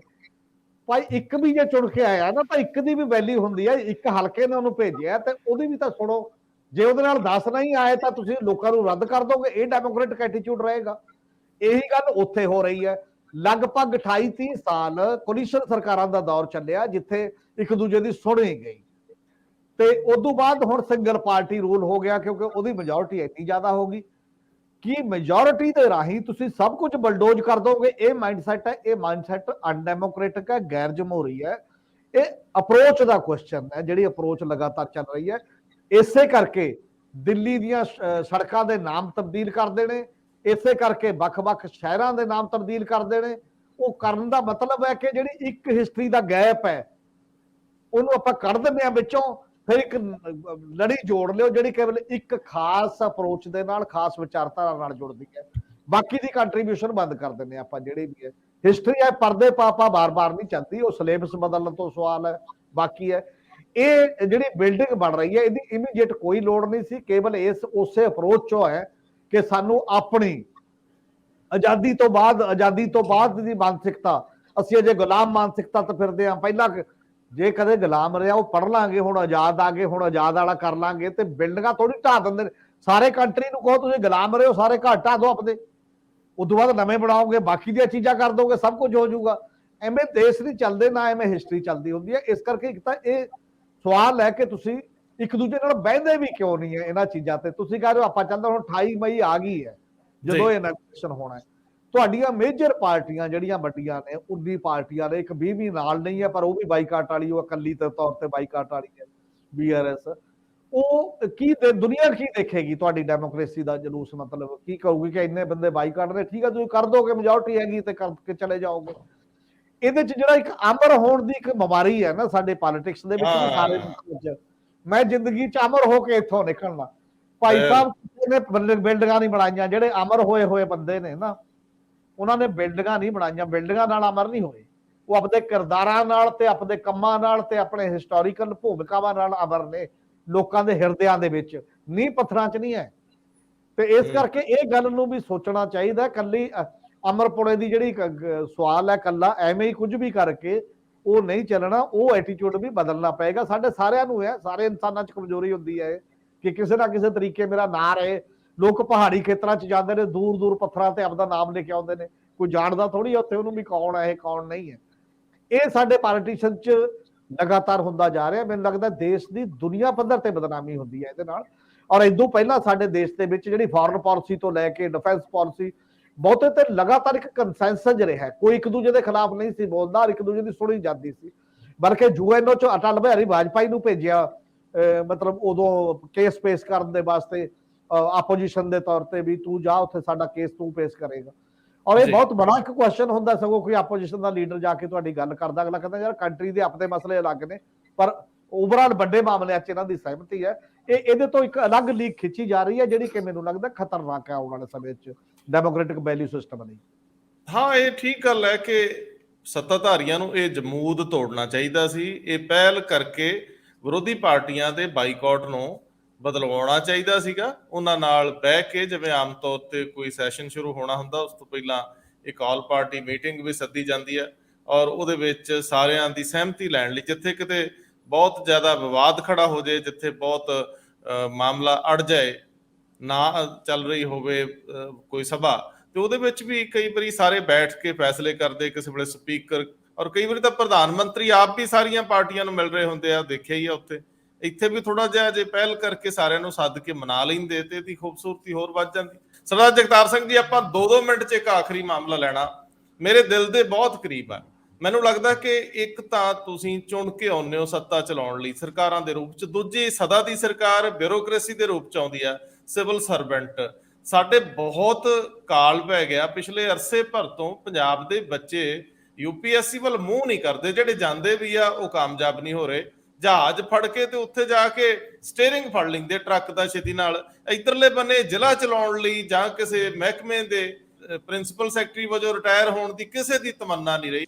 ਪੰਜਾਬ ਵਿੱਚ ਕਿਸੇ ਵੇਲੇ NDA ਦੇ ਵਿੱਚ ਬਹੁਤ ਬੱਚੇ ਅਪੀਅਰ ਹੁੰਦੇ ਸੀਗੇ, ਜਿਹੜੇ ਐਕੈਡੈਮਿਕਲੀ ਬ੍ਰਾਈਟ ਬੱਚੇ ਹੁੰਦੇ ਸੀ ਉਹ NDA ਨਿਕਲ ਜਾਂਦੇ ਸੀਗੇ। ਉਸ ਤੋਂ ਬਾਅਦ IMA ਤੇ ਕਿਸੇ ਵੇਲੇ ਐਮਰਜੈਂਸੀ ਕਮਿਸ਼ਨਰ ਰਿਹਾ। ਸਾਡੀ ਜਨਰੇਸ਼ਨ ਵਾਲੇ ਐਮਰਜੈਂਸੀ ਬਹੁਤ ਗਏ। ਆਰਮੀ ਬਹੁਤ ਵੱਡਾ ਐਮਰਜੈਂਸੀ ਹੈ ਅਫੀਸਰ ਕਾਡਰ ਵਾਸਤੇ, ਪੰਜਾਬ ਦੀ ਕੰਟਰੀਬਿਊਸ਼ਨ ਬਹੁਤ ਸੀਗੀ। ਇਸੇ ਤਰ੍ਹਾਂ ਹੀ ਆਈਏਐਸ ਤੇ ਆਈਪੀਐਸ ਕਾਡਰ ਦੇ ਵਿੱਚ ਸੈਂਟਰਲ ਸਰਵਿਸ ਦੇ ਵਿੱਚ ਪੰਜਾਬ ਦੇ ਵਿੱਚੋਂ ਕੰਟਰੀਬਿਊਸ਼ਨ ਐਡਿਕੁਏਟ ਸੀ। ਲੇਕਿਨ ਪਿਛਲੇ ਕੁਝ ਸਾਲਾਂ ਤੋਂ ਲਗਾਤਾਰ ਜਦੋਂ ਰਿਜ਼ਲਟ ਆਉਂਦੇ ਆ ਸੈਂਟਰਲ ਸਰਵਿਸ ਦੇ ਐਨਡੀਏ ਵਗੈਰਾ ਦੇ, ਤੁਸੀਂ ਦੇਖੋਗੇ ਪੰਜਾਬ ਦੇ ਵਿੱਚੋਂ ਨਾਮ ਬਹੁਤ ਘੱਟ ਹੁੰਦੇ ਆ ਕੰਪੈਰੀਟਿਵਲੀ। ਤੇ ਹੁਣ ਅਸੀਂ ਪੰਜਾਬ ਸਰਕਾਰ ਦੇਖ ਰਹੇ ਹਾਂ, ਪੰਜਾਬ ਸਰਕਾਰ ਦੇ ਵਿੱਚ ਹੁਣ ਪੰਜਾਬੀਆਂ ਦੀ ਗਿਣਤੀ ਸਾਡੇ ਸਾਹਮਣੇ ਦੇਖਣ ਦੇ ਵਿੱਚ ਬਹੁਤ ਘਟੀ ਹੈ। ਜੇ ਹੁਣ ਪ੍ਰਾਇੋਰਟੀ ਕੀ ਹੈ ਵੀ 12 ਪਾਸ ਕਰੋ, ਕੈਨੇਡਾ ਜਾਓ, ਟਰੱਕ ਚਲਾਓ ਵੱਧ ਤੋਂ ਵੱਧ। ਹੁਣ ਤਾਂ ਨਾ ਰਿਹਾ ਵੀ ਬਾਹਰ ਜਾਣਾ ਤੇ ਟਰੱਕ ਚਲਾਉਣਾ। ਹੁਣ ਜੇ ਇਹ ਵੀ ਇੰਨਾ ਕੀ ਰਹਿ ਗਿਆ ਤੇ ਸੈਂਟਰਲ ਸਰਵਿਸ ਦੇ ਵਿੱਚ ਪੰਜਾਬ ਦੇ ਬੱਚੇ ਕਿੱਥੋਂ ਆਉਣਗੇ? ਇੱਕ ਵੈਸੇ ਇਹ ਹੁਣ ਕੰਪੇਨ ਚੱਲ ਪਈ ਹੈ ਲਗਾ ਨਾਲ ਹੀ, ਇੱਕ ਪਾਸੇ ਤਾਂ ਪਿਛਲੇ ਸਾਲ ਚੱਲੀ ਸੀਗੀ ਵੀ ਅਸੀਂ ਤਾਂ ਗੁਲਾਮ ਹੈ ਜੀ, ਤੇ ਦੂਜੇ ਪਾਸੇ ਚੱਲੀ ਕਿ ਭਾਈ ਹੁਣ ਤੁਸੀਂ ਪੜ੍ਹਨਾ ਲਿਖਣਾ ਸ਼ੁਰੂ ਕਰੋ, ਇਹੋ ਜਿਹੀਆਂ ਗੱਲਾਂ ਬਹੁਤ ਹੋ ਗਈਆਂ ਤੇ ਅੱਗੇ ਵਧੋ। ਜਿਵੇਂ ਪੰਜਾਬ ਦੀ ਪਹਿਲਾ ਕੰਟਰੀਬਿਊਸ਼ਨ ਸੀ, ਪੰਜਾਬ ਦੇ ਐਕੈਡੈਮਿਕਲੀ ਤਾਂ ਪੰਜਾਬ ਪਿੱਛੇ ਨਹੀਂ ਸੀਗਾ, ਤੁਹਾਡੇ ਕੋਲ ਯੂਨੀਵਰਸਿਟੀਆਂ ਸਾਰਾ ਕੁਝ ਇੰਫਰਾਸਟ੍ਰਕਚਰ ਬਕਾਇਦਾ ਮੌਜੂਦ ਸੀਗਾ। ਇਕਨੋਮਿਕਲੀ ਕੰਪੈਰੀਟਿਵਲੀ ਪੰਜਾਬ ਬਾਕੀ ਸਟੇਟ ਤੋਂ ਸਾਊਂਡ ਸੀਗਾ, ਕੋਈ ਦਿੱਕਤ ਨਹੀਂ ਸੀਗੀ। ਲੇਕਿਨ ਇੱਕ ਸਟੇਜ ਤੋਂ ਬਾਅਦ ਪਿਛਲੇ 20 ਸਾਲ ਤੋਂ ਖਾਸ ਕਰਕੇ ਰਾਦਰ ਮਿਲੀਟੈਂਸੀ ਤੋਂ ਬਾਅਦ ਇੱਕ ਫੈਨਾਮਨਾ ਚੱਲਿਆ ਕਿ ਬੱਚਿਆਂ ਨੇ ਪੜ੍ਹਾਈ ਤੋਂ ਕਿਨਾਰਾ ਵਰਤ ਲਿਆ। ਰਾਦਰ ਡਿਊਰਿੰਗ ਮਿਲੀਟੈਂਸੀ ਤੁਹਾਡੇ ਬਾਰਡਰ ਪਿੰਡਾਂ ਦੇ ਵਿੱਚ ਖਾਸ ਕਰਕੇ ਨਕਲ ਤੇ ਹੀ ਸਾਰਾ ਕੁਝ ਹੁੰਦਾ ਸੀਗਾ। ਜਿਹੜੀ ਉਹ ਐਕੈਡੈਮਿਕ ਐਕਸੀਲੈਂਸ ਸੀ ਉਹਦੇ 'ਚ ਗਿਰਾਵਟ ਆਉਣੀ ਸ਼ੁਰੂ ਹੋਈ ਸੀ। ਉਹਦਾ ਅਸਰ ਅਲਟੀਮੇਟਲੀ ਹੌਲੀ ਹੌਲੀ ਹਰ ਲੈਵਲ ਤੇ ਮੇਰਾ ਖਿਆਲ ਹੈ ਇਹ ਅਵੇਅਰਨੈਸ ਦੁਬਾਰਾ ਆ ਰਹੀ ਹੈ। ਜਿਵੇਂ ਐਸਜੀਪੀਸੀ ਨੇ ਵੀ ਹੁਣ ਇਸ ਸਾਲ ਸ਼ੁਰੂ ਕੀਤਾ ਹੈ ਕਿ ਅਸੀਂ ਬੱਚਿਆਂ ਨੂੰ ਟ੍ਰੇਨਿੰਗ ਦੇਵਾਂਗੇ ਸੈਂਟਰਲ ਸਰਵਿਸ ਐਗਜ਼ਾਮ ਵਾਸਤੇ। ਬਿਹਾਰ ਬੜੇ ਸਾਲਾਂ ਤੋਂ ਕਰਦਾ ਆ ਰਿਹਾ। ਪਹਿਲਾਂ ਉਹਨਾਂ ਨੇ ਪ੍ਰਾਈਵੇਟ ਲੈਵਲ ਤੇ ਬਿਹਾਰ 30 ਮੇਰਾ ਖਿਆਲ ਉਹਨਾਂ ਨੇ ਸ਼ੁਰੂ ਕੀਤਾ ਸੀ। ਉਹਨਾਂ ਨੇ ਬਿਹਾਰ ਦੀ ਕੰਟਰੀਬਿਊਸ਼ਨ ਬਹੁਤ ਹੈਗੀ ਇਸ ਵੇਲੇ। ਜਿਹੜੀ ਸਭ ਤੋਂ ਬੈਕਵਰਡ ਸਟੇਟ ਸੀ ਉਹਦੇ ਵਿੱਚੋਂ ਆਈਐਸ ਦੇ ਵਿੱਚ ਬੱਚੇ ਬਹੁਤ ਜਾ ਰਹੇ ਹੈ, ਔਰ ਪੰਜਾਬ ਜਿਹੜੀ ਸਭ ਤੋਂ ਐਡਵਾਂਸ ਸੀ ਕਿਸੇ ਵੇਲੇ ਉਹਦੇ ਚ ਮੇਰੇ ਖਿਆਲ ਸਭ ਤੋਂ ਘੱਟ ਹੈਗੀ। ਸੋ ਇਹ ਇੰਟਰਸਟਿੰਗ ਫਿਨਾਮਨਾ ਹੈ। ਇਹ ਸੋਚਣਾ ਪਏਗਾ ਜਿਹੜੀ ਲੀਡਰਸ਼ਿਪ ਇਸ ਵੇਲੇ ਉਹਨੂੰ ਇਸ ਪਾਸੇ ਫੋਕਸ ਕਰਨਾ ਚਾਹੀਦਾ। ਕਰਪਸ਼ਨ ਆਪਣੀ ਥਾਂ ਤੇ ਹੈ, ਪੰਜਾਬ ਦਾ ਫਿਊਚਰ ਆਪਣੀ ਥਾਂ ਤੇ ਹੈ। ਸਰਦਾਰ ਹਰਮੀਤ ਸਿੰਘ ਜੀ, ਇਹਦਾ ਸਿੱਧਾ ਸੰਬੰਧ ਐਜੂਕੇਸ਼ਨ ਨਾਲ ਹੈ। ਅਸੀਂ ਕਿਸੇ ਇਸ ਤਰ੍ਹਾਂ ਦੇ ਐਗਜ਼ਾਮ ਦੇ ਵਿੱਚ ਐਂਟਰੀ ਤੋਂ ਪਹਿਲਾਂ ਜਾਂ ਉਹਦੇ ਉਸ ਕੰਪੀਟੀਸ਼ਨ 'ਚ ਬੈਠਣ ਤੋਂ ਪਹਿਲਾਂ ਆਪਣੇ ਅੰਦਰ ਝਾਤੀ ਮਾਰਦੇ ਆ ਕਿ ਆਪਾਂ ਸਮਰੱਥ ਹੈਗੇ ਆ, ਨਿਕਲ ਪਾਵਾਂਗੇ, ਇੰਨੀ ਮਿਹਨਤ ਇੰਨੀ ਕਮਿਟਮੈਂਟ ਕਰ ਲਵਾਂਗੇ ਕਿ ਨਹੀਂ। ਤੇ ਬਹੁਤੇ ਸਾਡੇ ਬੱਚੇ ਜਿਹੜੇ ਨੇ ਉਹ ਇਸ ਤਰ੍ਹਾਂ ਦੇ ਫਾਰਮ ਭਰਨ ਲੱਗਿਆ ਹੀ ਡਰ ਜਾਂਦੇ ਆ ਕਿ ਇਹ ਨਹੀਂ ਹੋਣਾ। ਦੂਜਾ ਮਾਮਲਾ ਬਹੁਤ ਅਹਿਮ ਜਿਹੜਾ ਮੈਨੂੰ ਲੱਗਦਾ ਹੈ, ਬਿਹਾਰ ਦੇ ਵਿੱਚ ਕਿਸੇ ਵੇਲੇ ਇਹ ਮੰਨਿਆ ਜਾਂਦਾ ਸੀ ਕਿ ਲਾਲੂ ਪ੍ਰਸਾਦ ਯਾਦਵ ਜਦੋਂ ਮੁੱਖ ਮੰਤਰੀ ਸੀ ਔਰ ਨਤੀਸ਼ ਵੀ ਕਰਦੇ ਰਹੇ ਨੇ ਕਿ ਉਹ ਦਿੱਲੀ ਦੇ ਵਿੱਚ ਬਿਹਾਰ ਕਾਡਰ ਦੇ ਜਾਂ ਬਿਹਾਰ ਤੋਂ ਜਿਹੜੇ ਦਿੱਲੀ 'ਚ ਬੈਠੇ ਸੈਂਟਰਲ ਪੂਲ ਦੇ ਵਿੱਚ ਨੇ ਯੂਟੀ ਨਾਲ ਸੰਬੰਧਿਤ ਯੂਟੀ ਕੈਡਰ ਦੇ, ਉਹਨਾਂ ਨਾਲ ਲੰਚ ਡਿਨਰ ਰੱਖ ਲੈਂਦੇ ਹੁੰਦੇ ਸੀ। ਤੇ ਫਿਰ ਉਹਨਾਂ ਨੂੰ ਕਹਿੰਦੇ ਹੁੰਦੇ ਸੀ ਕਿ ਤੁਸੀਂ ਆਪਣੀ ਸਟੇਟ ਲਈ ਕੀ ਕਰ ਰਹੇ ਹੋ, ਕੇਂਦਰੀ ਪਾਲਿਸੀਜ਼ ਨੂੰ ਕਿਵੇਂ ਤੁਸੀਂ ਬਿਹਾਰ ਦੇ ਵਿੱਚ ਲਾਗੂ ਕਰਾਉਣ ਦੇ ਵਿੱਚ, ਹੋਰ ਪੈਸੇ ਲਿਆਉਣ 'ਚ, ਸਕੀਮਾਂ ਲਿਆਉਣ 'ਚ ਸਾਥ ਕਿਵੇਂ ਦਿਓਗੇ। ਪੰਜਾਬ ਦੀ ਤੇ ਕੋਈ ਧੇਰੀ ਨਹੀਂ ਸੁਣਿਆ ਉੱਥੇ ਰਹੀ। ਹੁਣ ਸਾਡੇ ਵੱਲ ਤੇ ਉਹ ਕੌੜਾ ਕੌੜਾ ਝਾਕਦੇ ਆ ਵੀ ਆ ਕਿੱਥੋਂ ਗਏ, ਕੀ ਕਹਿੰਦੇ। ਅਸਲ ਦੇ ਵਿੱਚ ਇੱਕ ਤਾਂ ਓਵਰਆਲ ਮਾਹੌਲ ਦਾ ਪੰਜਾਬ ਬਹੁਤ ਮਤਲਬ ਉਚਾਣਾ ਨਿਵਾਣਾ ਚੋਂ ਲੰਘਿਆ ਪਿਛਲੇ ਸਮੇਂ ਦੇ ਵਿੱਚ। ਇੱਕ ਡਿਮੋਰਲਾਈਜ਼ਡ ਸਟੇਟ ਕਹੀ ਜਾ ਸਕਦੀ ਹੈ ਕਾਫੀ ਸਮੇਂ ਤੋਂ ਲਗਾਤਾਰ। ਔਰ ਡਿਮੋਰਲਾਈਜ਼ਡ ਜਦੋਂ ਇੱਕ ਮਾਹੌਲ ਹੁੰਦਾ ਨਾ ਹਰ ਚੀਜ਼ ਦੇ ਵਿਕਸਣ ਦਾ, ਹਰ ਚੀਜ਼ ਦੇ, ਜਿੱਥੇ ਤੁਸੀਂ ਦੇਖੋ ਕਿ ਪਿਛਲੇ 30 ਸਾਲਾਂ ਦਾ ਰਿਕਾਰਡ ਦੇਖ ਲਓ, ਕਿਸਾਨ ਤੇ ਮਜ਼ਦੂਰ ਸੁਸਾਈਡ ਕਰ ਰਹੇ ਆ, ਡਰੱਗ ਇੰਜੈਕਟ ਹੋ ਗਈ ਹੈ, ਫੋਰਸਡ ਮਾਈਗ੍ਰੇਸ਼ਨ ਹੋ ਰਹੀ ਹੈ, ਔਰ ਪੋਲਿਟਿਕਸ ਦਾ ਪੱਧਰ ਦੇਖ ਲਓ ਆਪਾਂ ਉਸ ਸਮੇਂ ਤੋਂ ਲੈ ਕੇ ਲਗਾਤਾਰ ਕਿਵੇਂ ਗਿਰਾਵਟ ਦੇ ਵਿੱਚ ਹੈ ਲਗਾਤਾਰ। ਔਰ ਬਿਊਰੋਕ੍ਰੇਸੀ ਸਪਾਈਨਲੈਸ ਸਾਡੇ ਸਾਹਮਣੇ ਦਿਖਾਈ ਦੇ ਰਹੀ ਹੈ, ਉਸੇ ਇਹੋ ਜਿਹੇ ਪੋਲੀਟੀਸ਼ੀਅਨ ਦੇ ਸਾਹਮਣੇ ਨਤਮਸਤਕ ਹੈ। ਇੱਕ ਐਟਮੋਸਫੀਅਰ ਹੈ, ਉਹ ਐਟਮੋਸਫੀਅਰ ਦੇ ਵਿੱਚੋਂ ਚੀਜ਼ਾਂ ਨੇ ਪੈਦਾ ਹੋਣਾ ਹੁੰਦਾ ਹੈ। ਕੱਲੀ ਗਰੀਬੀ ਦਾ ਕੁਐਸਚਨ ਨਹੀਂ ਹੁੰਦਾ। ਮਤਲਬ ਜੇ ਮਾਹੌਲ ਬਣਾ ਦਿਓ ਤੁਸੀਂ, ਜਿਵੇਂ ਸਪੋਰਟਸ ਦਾ ਇੱਕ ਕਿਤੇ ਮਾਹੌਲ ਬਣਾ ਦਿਓ 4 ਪਿੰਡਾਂ 'ਚ, ਉੱਥੋਂ ਪਲੇਅਰ ਨਿਕਲਣੇ ਸ਼ੁਰੂ ਹੋ ਜਾਣਗੇ, ਇੱਕ ਮਾਹੌਲ ਬਣਦਾ ਹੁੰਦਾ ਤੇ ਬੰਦੇ ਉਧਰ ਨੂੰ ਖਿੱਚੇ ਜਾਂਦੇ ਨੇ। ਜੇ ਤੁਸੀਂ ਉਹ ਅਟਰੈਕਸ਼ਨ ਬੰਦ ਕਰ ਗਏ, ਉਹ ਖਿੱਚ ਬੰਦ ਕਰ ਗਏ ਜਿਹੜੀ ਹੈ, ਉਹ ਆਲੇ ਦੁਆਲੇ ਨਹੀਂ ਰਹੀ, ਉਹ ਬੜਾ ਖਤਰਨਾਕ ਇੱਕ ਪਹਿਲੂ ਜਿਹੜਾ ਮੰਨਿਆ ਜਾਂਦਾ। ਦੂਜੀ ਗੱਲ, ਬਿਹਾਰ ਦੇ ਵਿੱਚ ਇੱਕ ਮਾਹੌਲ ਬਣਿਆ, ਇੱਥੇ ਆਪਣੇ ਵੀ ਕਈ ਲੋਕ ਟੂਰਨਾਮੈਂਟਾਂ ਤੇ ਖਰਚ ਕਰਦੇ ਨੇ, ਇੰਡੀਵਿਜੂਅਲੀ ਉਹ ਪਲੇਅਰ ਕੱਢ ਦਿੰਦੇ ਨੇ ਚੰਗੇ। ਇੱਕ ਪਿੰਡ ਕਿੰਨੇ ਕਿੰਨੇ ਪਲੇਅਰ ਕੱਢਦਾ ਰਿਹਾ ਸਾਡੇ ਕੋਲ। ਸੰਸਾਰਪੁਰ ਦੀ ਹਾਕੀ ਸਾਨੂੰ ਪਤਾ ਹੈ, ਬਾਕੀ ਦੀਆਂ ਕਿਤੇ ਜਿੱਥੇ ਜਿੱਥੇ ਕਿਤੇ ਗੱਲ ਪਈ ਹੈ। ਤੇ ਉਹਨਾਂ ਨੇ ਜਿਹੜਾ ਉਹ ਇੱਕ ਪ੍ਰਾਈਵੇਟ ਬੰਦੇ ਨੇ ਮਤਲਬ ਗਰੀਬ ਬੱਚੇ, ਇੰਟੈਲੀਜੈਂਟ ਬੱਚੇ ਲੈ ਕੇ +2 ਤੋਂ ਬਾਅਦ ਜਿਹੜੇ ਮਤਲਬ ਇੰਟੈਲੀਜੈਂਟ ਨੇ, ਇੱਕ ਉਹ ਲੈਣਾ ਉਹਨਾਂ ਦਾ ਟੈਸਟ ਕਿ ਹਾਂ ਵਾਕਈ ਇੰਟੈਲੀਜੈਂਟ ਨੇ, ਫਿਰ ਫ੍ਰੀ ਮੈਂ ਕਰਾਉਂਗਾ ਇਹਨਾਂ ਨੂੰ, ਮੈਂ ਉੱਥੇ ਤੱਕ ਪਹੁੰਚਾਊਂਗਾ। ਉਹ ਇੱਕ ਇੰਡੀਵਿਜੂਅਲ ਗੱਲ ਹੈ। ਹੁਣ ਜਾਂ ਸਰਕਾਰਾਂ ਉਹ ਕਰਨ, ਸਾਡੇ ਕੋਲ ਕੱਲਾ ਇੱਕ ਗਰੀਬ ਤਬਕਾ ਜਿਹੜਾ ਓਵਰਆਲ ਹੈ, ਸਕੂਲਾਂ ਦੀ ਵੰਡ ਇਹੋ ਜਿਹੀ ਸੀਰੀਅਸਲੀ ਹੋ ਗਈ ਹੈ ਕਿ ਸਾਰੇ 75% ਦਲਿਤ ਬੱਚੇ ਨੇ ਸਰਕਾਰੀ ਸਕੂਲਾਂ 'ਚ, ਬਾਕੀ ਉਹ ਨੇ ਜੇ ਟੈਲੈਂਟਡ ਹੋਣਗੇ ਵੀ ਉਹਨਾਂ 'ਚੋਂ ਤਾਂ ਕੌਣ ਉਹ ਪੈਸਾ ਕੌਣ ਖਰਚੂਗਾ, ਉਹਨਾਂ ਨੇ ਉਹਦੀ ਸਿਲੈਕਸ਼ਨ ਕਿਵੇਂ ਕਰੂਗਾ, ਕੋਈ ਬੰਦਾ ਕੌਣ ਆਵੇ, ਉਹ ਕਿੱਥੇ ਜਾਵੇ, ਉਹਦੇ ਲਈ ਜ਼ਰੂਰਤ ਮਤਲਬ ਦਾ ਮਾਹੌਲ ਜਿਹੜਾ ਹੈ ਉਹ ਜਿਹਾ ਕਰੋ। ਫਿਰ ਛੋਟੇ ਤੋਂ ਲੈ ਕੇ ਵੱਡੇ ਸ਼ਹਿਰ, ਔਰ ਜਿਨ੍ਹਾਂ ਕੋਲ ਪੈਸਾ ਉਹ ਦਿੱਲੀ ਵਰਗੇ ਜਾ ਕੇ ਮਹਾਨਗਰਾਂ ਦੇ ਵਿੱਚ ਤਿਆਰੀ ਕਰਦੇ ਨੇ। ਉਹ ਕੋਈ ਐ ਨਹੀਂ ਹੈ ਕਿ ਲੋਕਲ ਕਸਬੇ 'ਚ ਬੈਠ ਕੇ ਕੋਈ ਹੁਣ ਅੱਜ ਕੱਲ੍ਹ ਬਿਊਰੋਕਰੇਟ ਉਵੇਂ ਬਣ ਗਿਆ ਜਾਂ ਬਾਕੀ ਦੀਆਂ ਚੀਜ਼ਾਂ ਬਣ ਗਈਆਂ।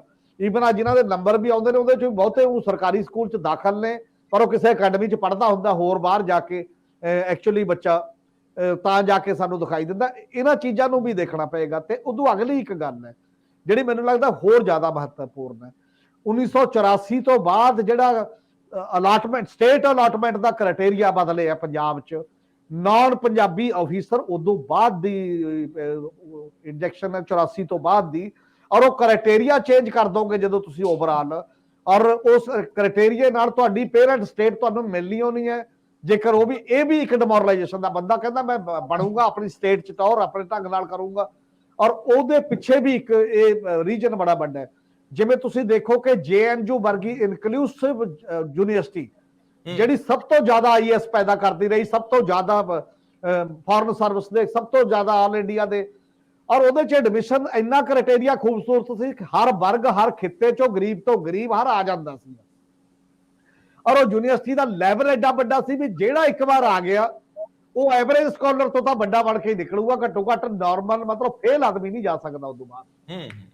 ਅਸੀਂ ਕੋਈ ਯੂਨੀਵਰਸਿਟੀ ਹੋਈ ਜੀ ਪੈਦਾ ਕੀਤੀ, ਔਰ ਜਿਹੜੀ ਪੈਦਾ ਕੀਤੀ ਸੀ ਅੱਜ ਕੱਲ੍ਹ ਉਹਦਾ ਕ੍ਰਾਈਟੇਰੀਆ ਬਦਲ ਦਿੱਤਾ ਗਿਆ। ਹੁਣ ਨਹੀਂ ਜਾ ਸਕਦਾ ਨਾਰਮਲ ਬੰਦਾ ਉੱਥੇ ਐਡਮਿਸ਼ਨ ਦੇ ਤੌਰ ਤੇ, ਉਹਦੀਆਂ ਸੀਟਾਂ ਹੀ ਘਟ ਗਈਆਂ, ਉਹਦਾ ਬਾਕੀ ਚੀਜ਼ਾਂ ਘਟ ਗਈਆਂ, ਮਰ ਜੂਗੀ ਉਹ ਸੰਸਥਾ। ਜਦੋਂ ਇੰਸਟੀਟਿਊਸ਼ਨ 'ਚ ਮਰਦੀਆਂ ਨੇ ਤਾਂ ਬੰਦਾ ਕਿਵੇਂ ਗਰੋ ਕਰੇਗਾ, ਕਿਵੇਂ ਡਿਵੈਲਪ ਕਰੇਗਾ। ਸਾਡੀਆਂ ਸਾਡੀਆਂ ਯੂਨੀਵਰਸਿਟੀਆਂ ਤਾਂ ਕਰਜ਼ੇ 'ਚ ਉਸ ਹੱਦ ਤੱਕ ਚਲੀਆਂ ਗਈਆਂ, ਸਰਕਾਰ ਨੂੰ ਕਹਿੰਦੀਆਂ ਨੇ ਤਨਖਾਹਾਂ ਦਾ ਤਾਂ ਦੇ ਦਿਓ, ਬਾਕੀ ਤਾਂ ਦੇ ਦਿਓ। ਉਹ ਇੰਸਟੀਚਿਊਟ ਡਿਵੈਲਪ ਕਰਨੇ ਪੈਂਦੇ ਨੇ ਉਹਨਾਂ ਬੱਚਿਆਂ ਦੇ ਵਾਸਤੇ। ਔਰ ਮੈਨੂੰ ਲੱਗਦਾ ਇਹ ਗਵਰਨਮੈਂਟ ਦਾ ਕੰਮ ਹੈ, ਬੇਸਿਕਲੀ ਸਟੇਟ ਗਵਰਨਮੈਂਟ ਦਾ ਤੇ ਸਮਾਜ ਦਾ ਵੀ। ਘੱਟੋ ਘੱਟ ਕੁਝ ਇੱਕਾ ਦੁੱਕਾ ਇੰਸਟੀਚਿਊਸ਼ਨ ਤਾਂ ਐਟ ਪਾਰ ਕਰਕੇ ਦਿਖਾਓ ਨਾ ਕਿ ਇੱਥੇ ਜੋ ਬੱਚੇ ਪੜ੍ਹਨਗੇ ਉਹ ਜਾਣਗੇ ਔਰ ਟੈਸਟ ਲੈ ਕੇ ਆ ਜਾਣਗੇ ਜਿਹੜੇ ਵੀ ਬੱਚੇ ਉਸ ਪੱਧਰ ਦੇ ਉੱਤੇ ਹੁੰਦਾ। ਇਹ ਤੇ ਧਿਆਨ ਫੋਕਸ ਕਰਨ ਦਾ ਬੇਹੱਦ ਜ਼ਰੂਰੀ ਹੈਗਾ, ਇਹਦੇ 'ਚ ਕੋਈ ਦੋ ਰਾਮਾਂ ਨਹੀਂ ਹੈਗੀਆਂ। ਪਰ ਤਾਂ ਹੀ ਉਹ ਬੱਚੇ ਅਟਰੈਕਟ ਹੋਣਗੇ ਉਧਰ ਨੂੰ, ਨਹੀਂ ਤਾਂ ਅਟਰੈਕਸ਼ਨ ਨਹੀਂ ਹੋ ਸਕਦੀ। ਇੱਥੇ ਆਦਰਸ਼ ਸਕੂਲਾਂ ਤੋਂ ਮੈਰੀਟੋਰੀਅਸ ਆ ਗਏ ਤੇ ਫਿਰ ਹੁਣ ਸਮਾਰਟ ਵੀ ਆ ਗਏ, ਲੇਕਿਨ ਨਤੀਜੇ ਸਮਾਰਟ ਨਹੀਂ ਗਏ। ਔਰ ਮੈਂ ਤਾਂ ਇੱਕ ਹੋਰ ਵੀ ਪਹਿਲੂ ਦੇਖਦਾ ਹੈ ਕਿ ਪਹਿਲਾਂ ਜਿਹੜੇ ਇੱਥੇ ਸਿਵਲ ਸਰਵੈਂਟ ਸੀਗੇ, IAS IPS, ਉਹ ਆਪਣੇ ਬੱਚਿਆਂ ਨੂੰ ਅੱਗੇ ਸ਼ੁਰੂ 'ਚ ਹੀ 8ਵੀਂ 9ਵੀਂ 10ਵੀਂ 'ਚ ਇਸ ਤਰ੍ਹਾਂ ਦੀ ਤਿਆਰੀ 'ਚ ਲਾ ਦਿੰਦੇ ਸੀ। ਆਮ ਤੌਰ ਤੇ ਮੰਨਿਆ ਜਾਂਦਾ ਸੀ ਕਿ ਇਹਨਾਂ ਦੇ ਪੁੱਤ, ਇਹਨਾਂ ਦੀ ਔਲਾਦ ਇਸ ਪਾਸੇ ਚਲੀ ਜਾਣੀ ਹੈ। ਹੁਣ ਸ਼ਾਇਦ ਉਹਨਾਂ ਵੀ ਟ੍ਰੈਂਡ ਬਦਲ ਲਿਆ, ਉਹ ਕਹਿੰਦੇ ਪੁੱਤ ਬਿਜ਼ਨਸ ਜਾ, ਇੱਥੇ ਪ੍ਰੈਸ਼ਰ ਬੜਿਆ, ਇੱਥੇ ਸਿਆਸੀ ਬਹੁਤ ਦਖਲਅੰਦਾਜ਼ੀ ਆ, ਤੂੰ ਐਵੇਂ ਸਾਰੀ ਉਮਰ ਮਾਨਸਿਕ ਤਣਾਅ ਭੋਗਦਾ ਰਹੇਗਾ, ਤੈਨੂੰ ਲਾ ਕੇ ਦਿੰਨੇ ਵੱਡੀ ਫੈਕਟਰੀ, ਜਾਂ ਤੂੰ ਬਾਹਰ ਨਿਕਲ ਜਾ, ਉੱਥੇ ਕੋਈ ਨਾ ਕੋਈ ਇੰਤਜ਼ਾਮ ਕਰ ਲਾ। ਸੋ ਮੈਨੂੰ ਲੱਗਦਾ ਕਿ ਉਹਨਾਂ ਨੂੰ ਵੀ ਸਮਝ ਆ ਗਈ ਕਿ ਹੁਣ ਇਹਦੇ 'ਚ ਇਹ ਕੋਈ ਬਹੁਤਾ ਫਾਇਦੇਮੰਦ ਧੰਦਾ ਨਹੀਂ ਰਿਹਾ। ਪੰਜਾਬੀ ਤੇ ਵੈਸੇ ਹੀ ਪਹਿਲਾਂ ਜਮਾ ਘਟਾਓ ਕਰ ਲੈਂਦੇ ਵੀ ਜਾਣ ਦਾ ਫਾਇਦਾ ਕਿ ਨਹੀਂ, ਫਿਰ ਕਹਿੰਦੇ ਛੱਡੋ ਜੀ। ਬਹੁਤ ਮਿਹਰਬਾਨੀ, ਬਹੁਤ ਧੰਨਵਾਦ। Thank you. ਸ਼ੁਕਰੀਆ ਜੀ।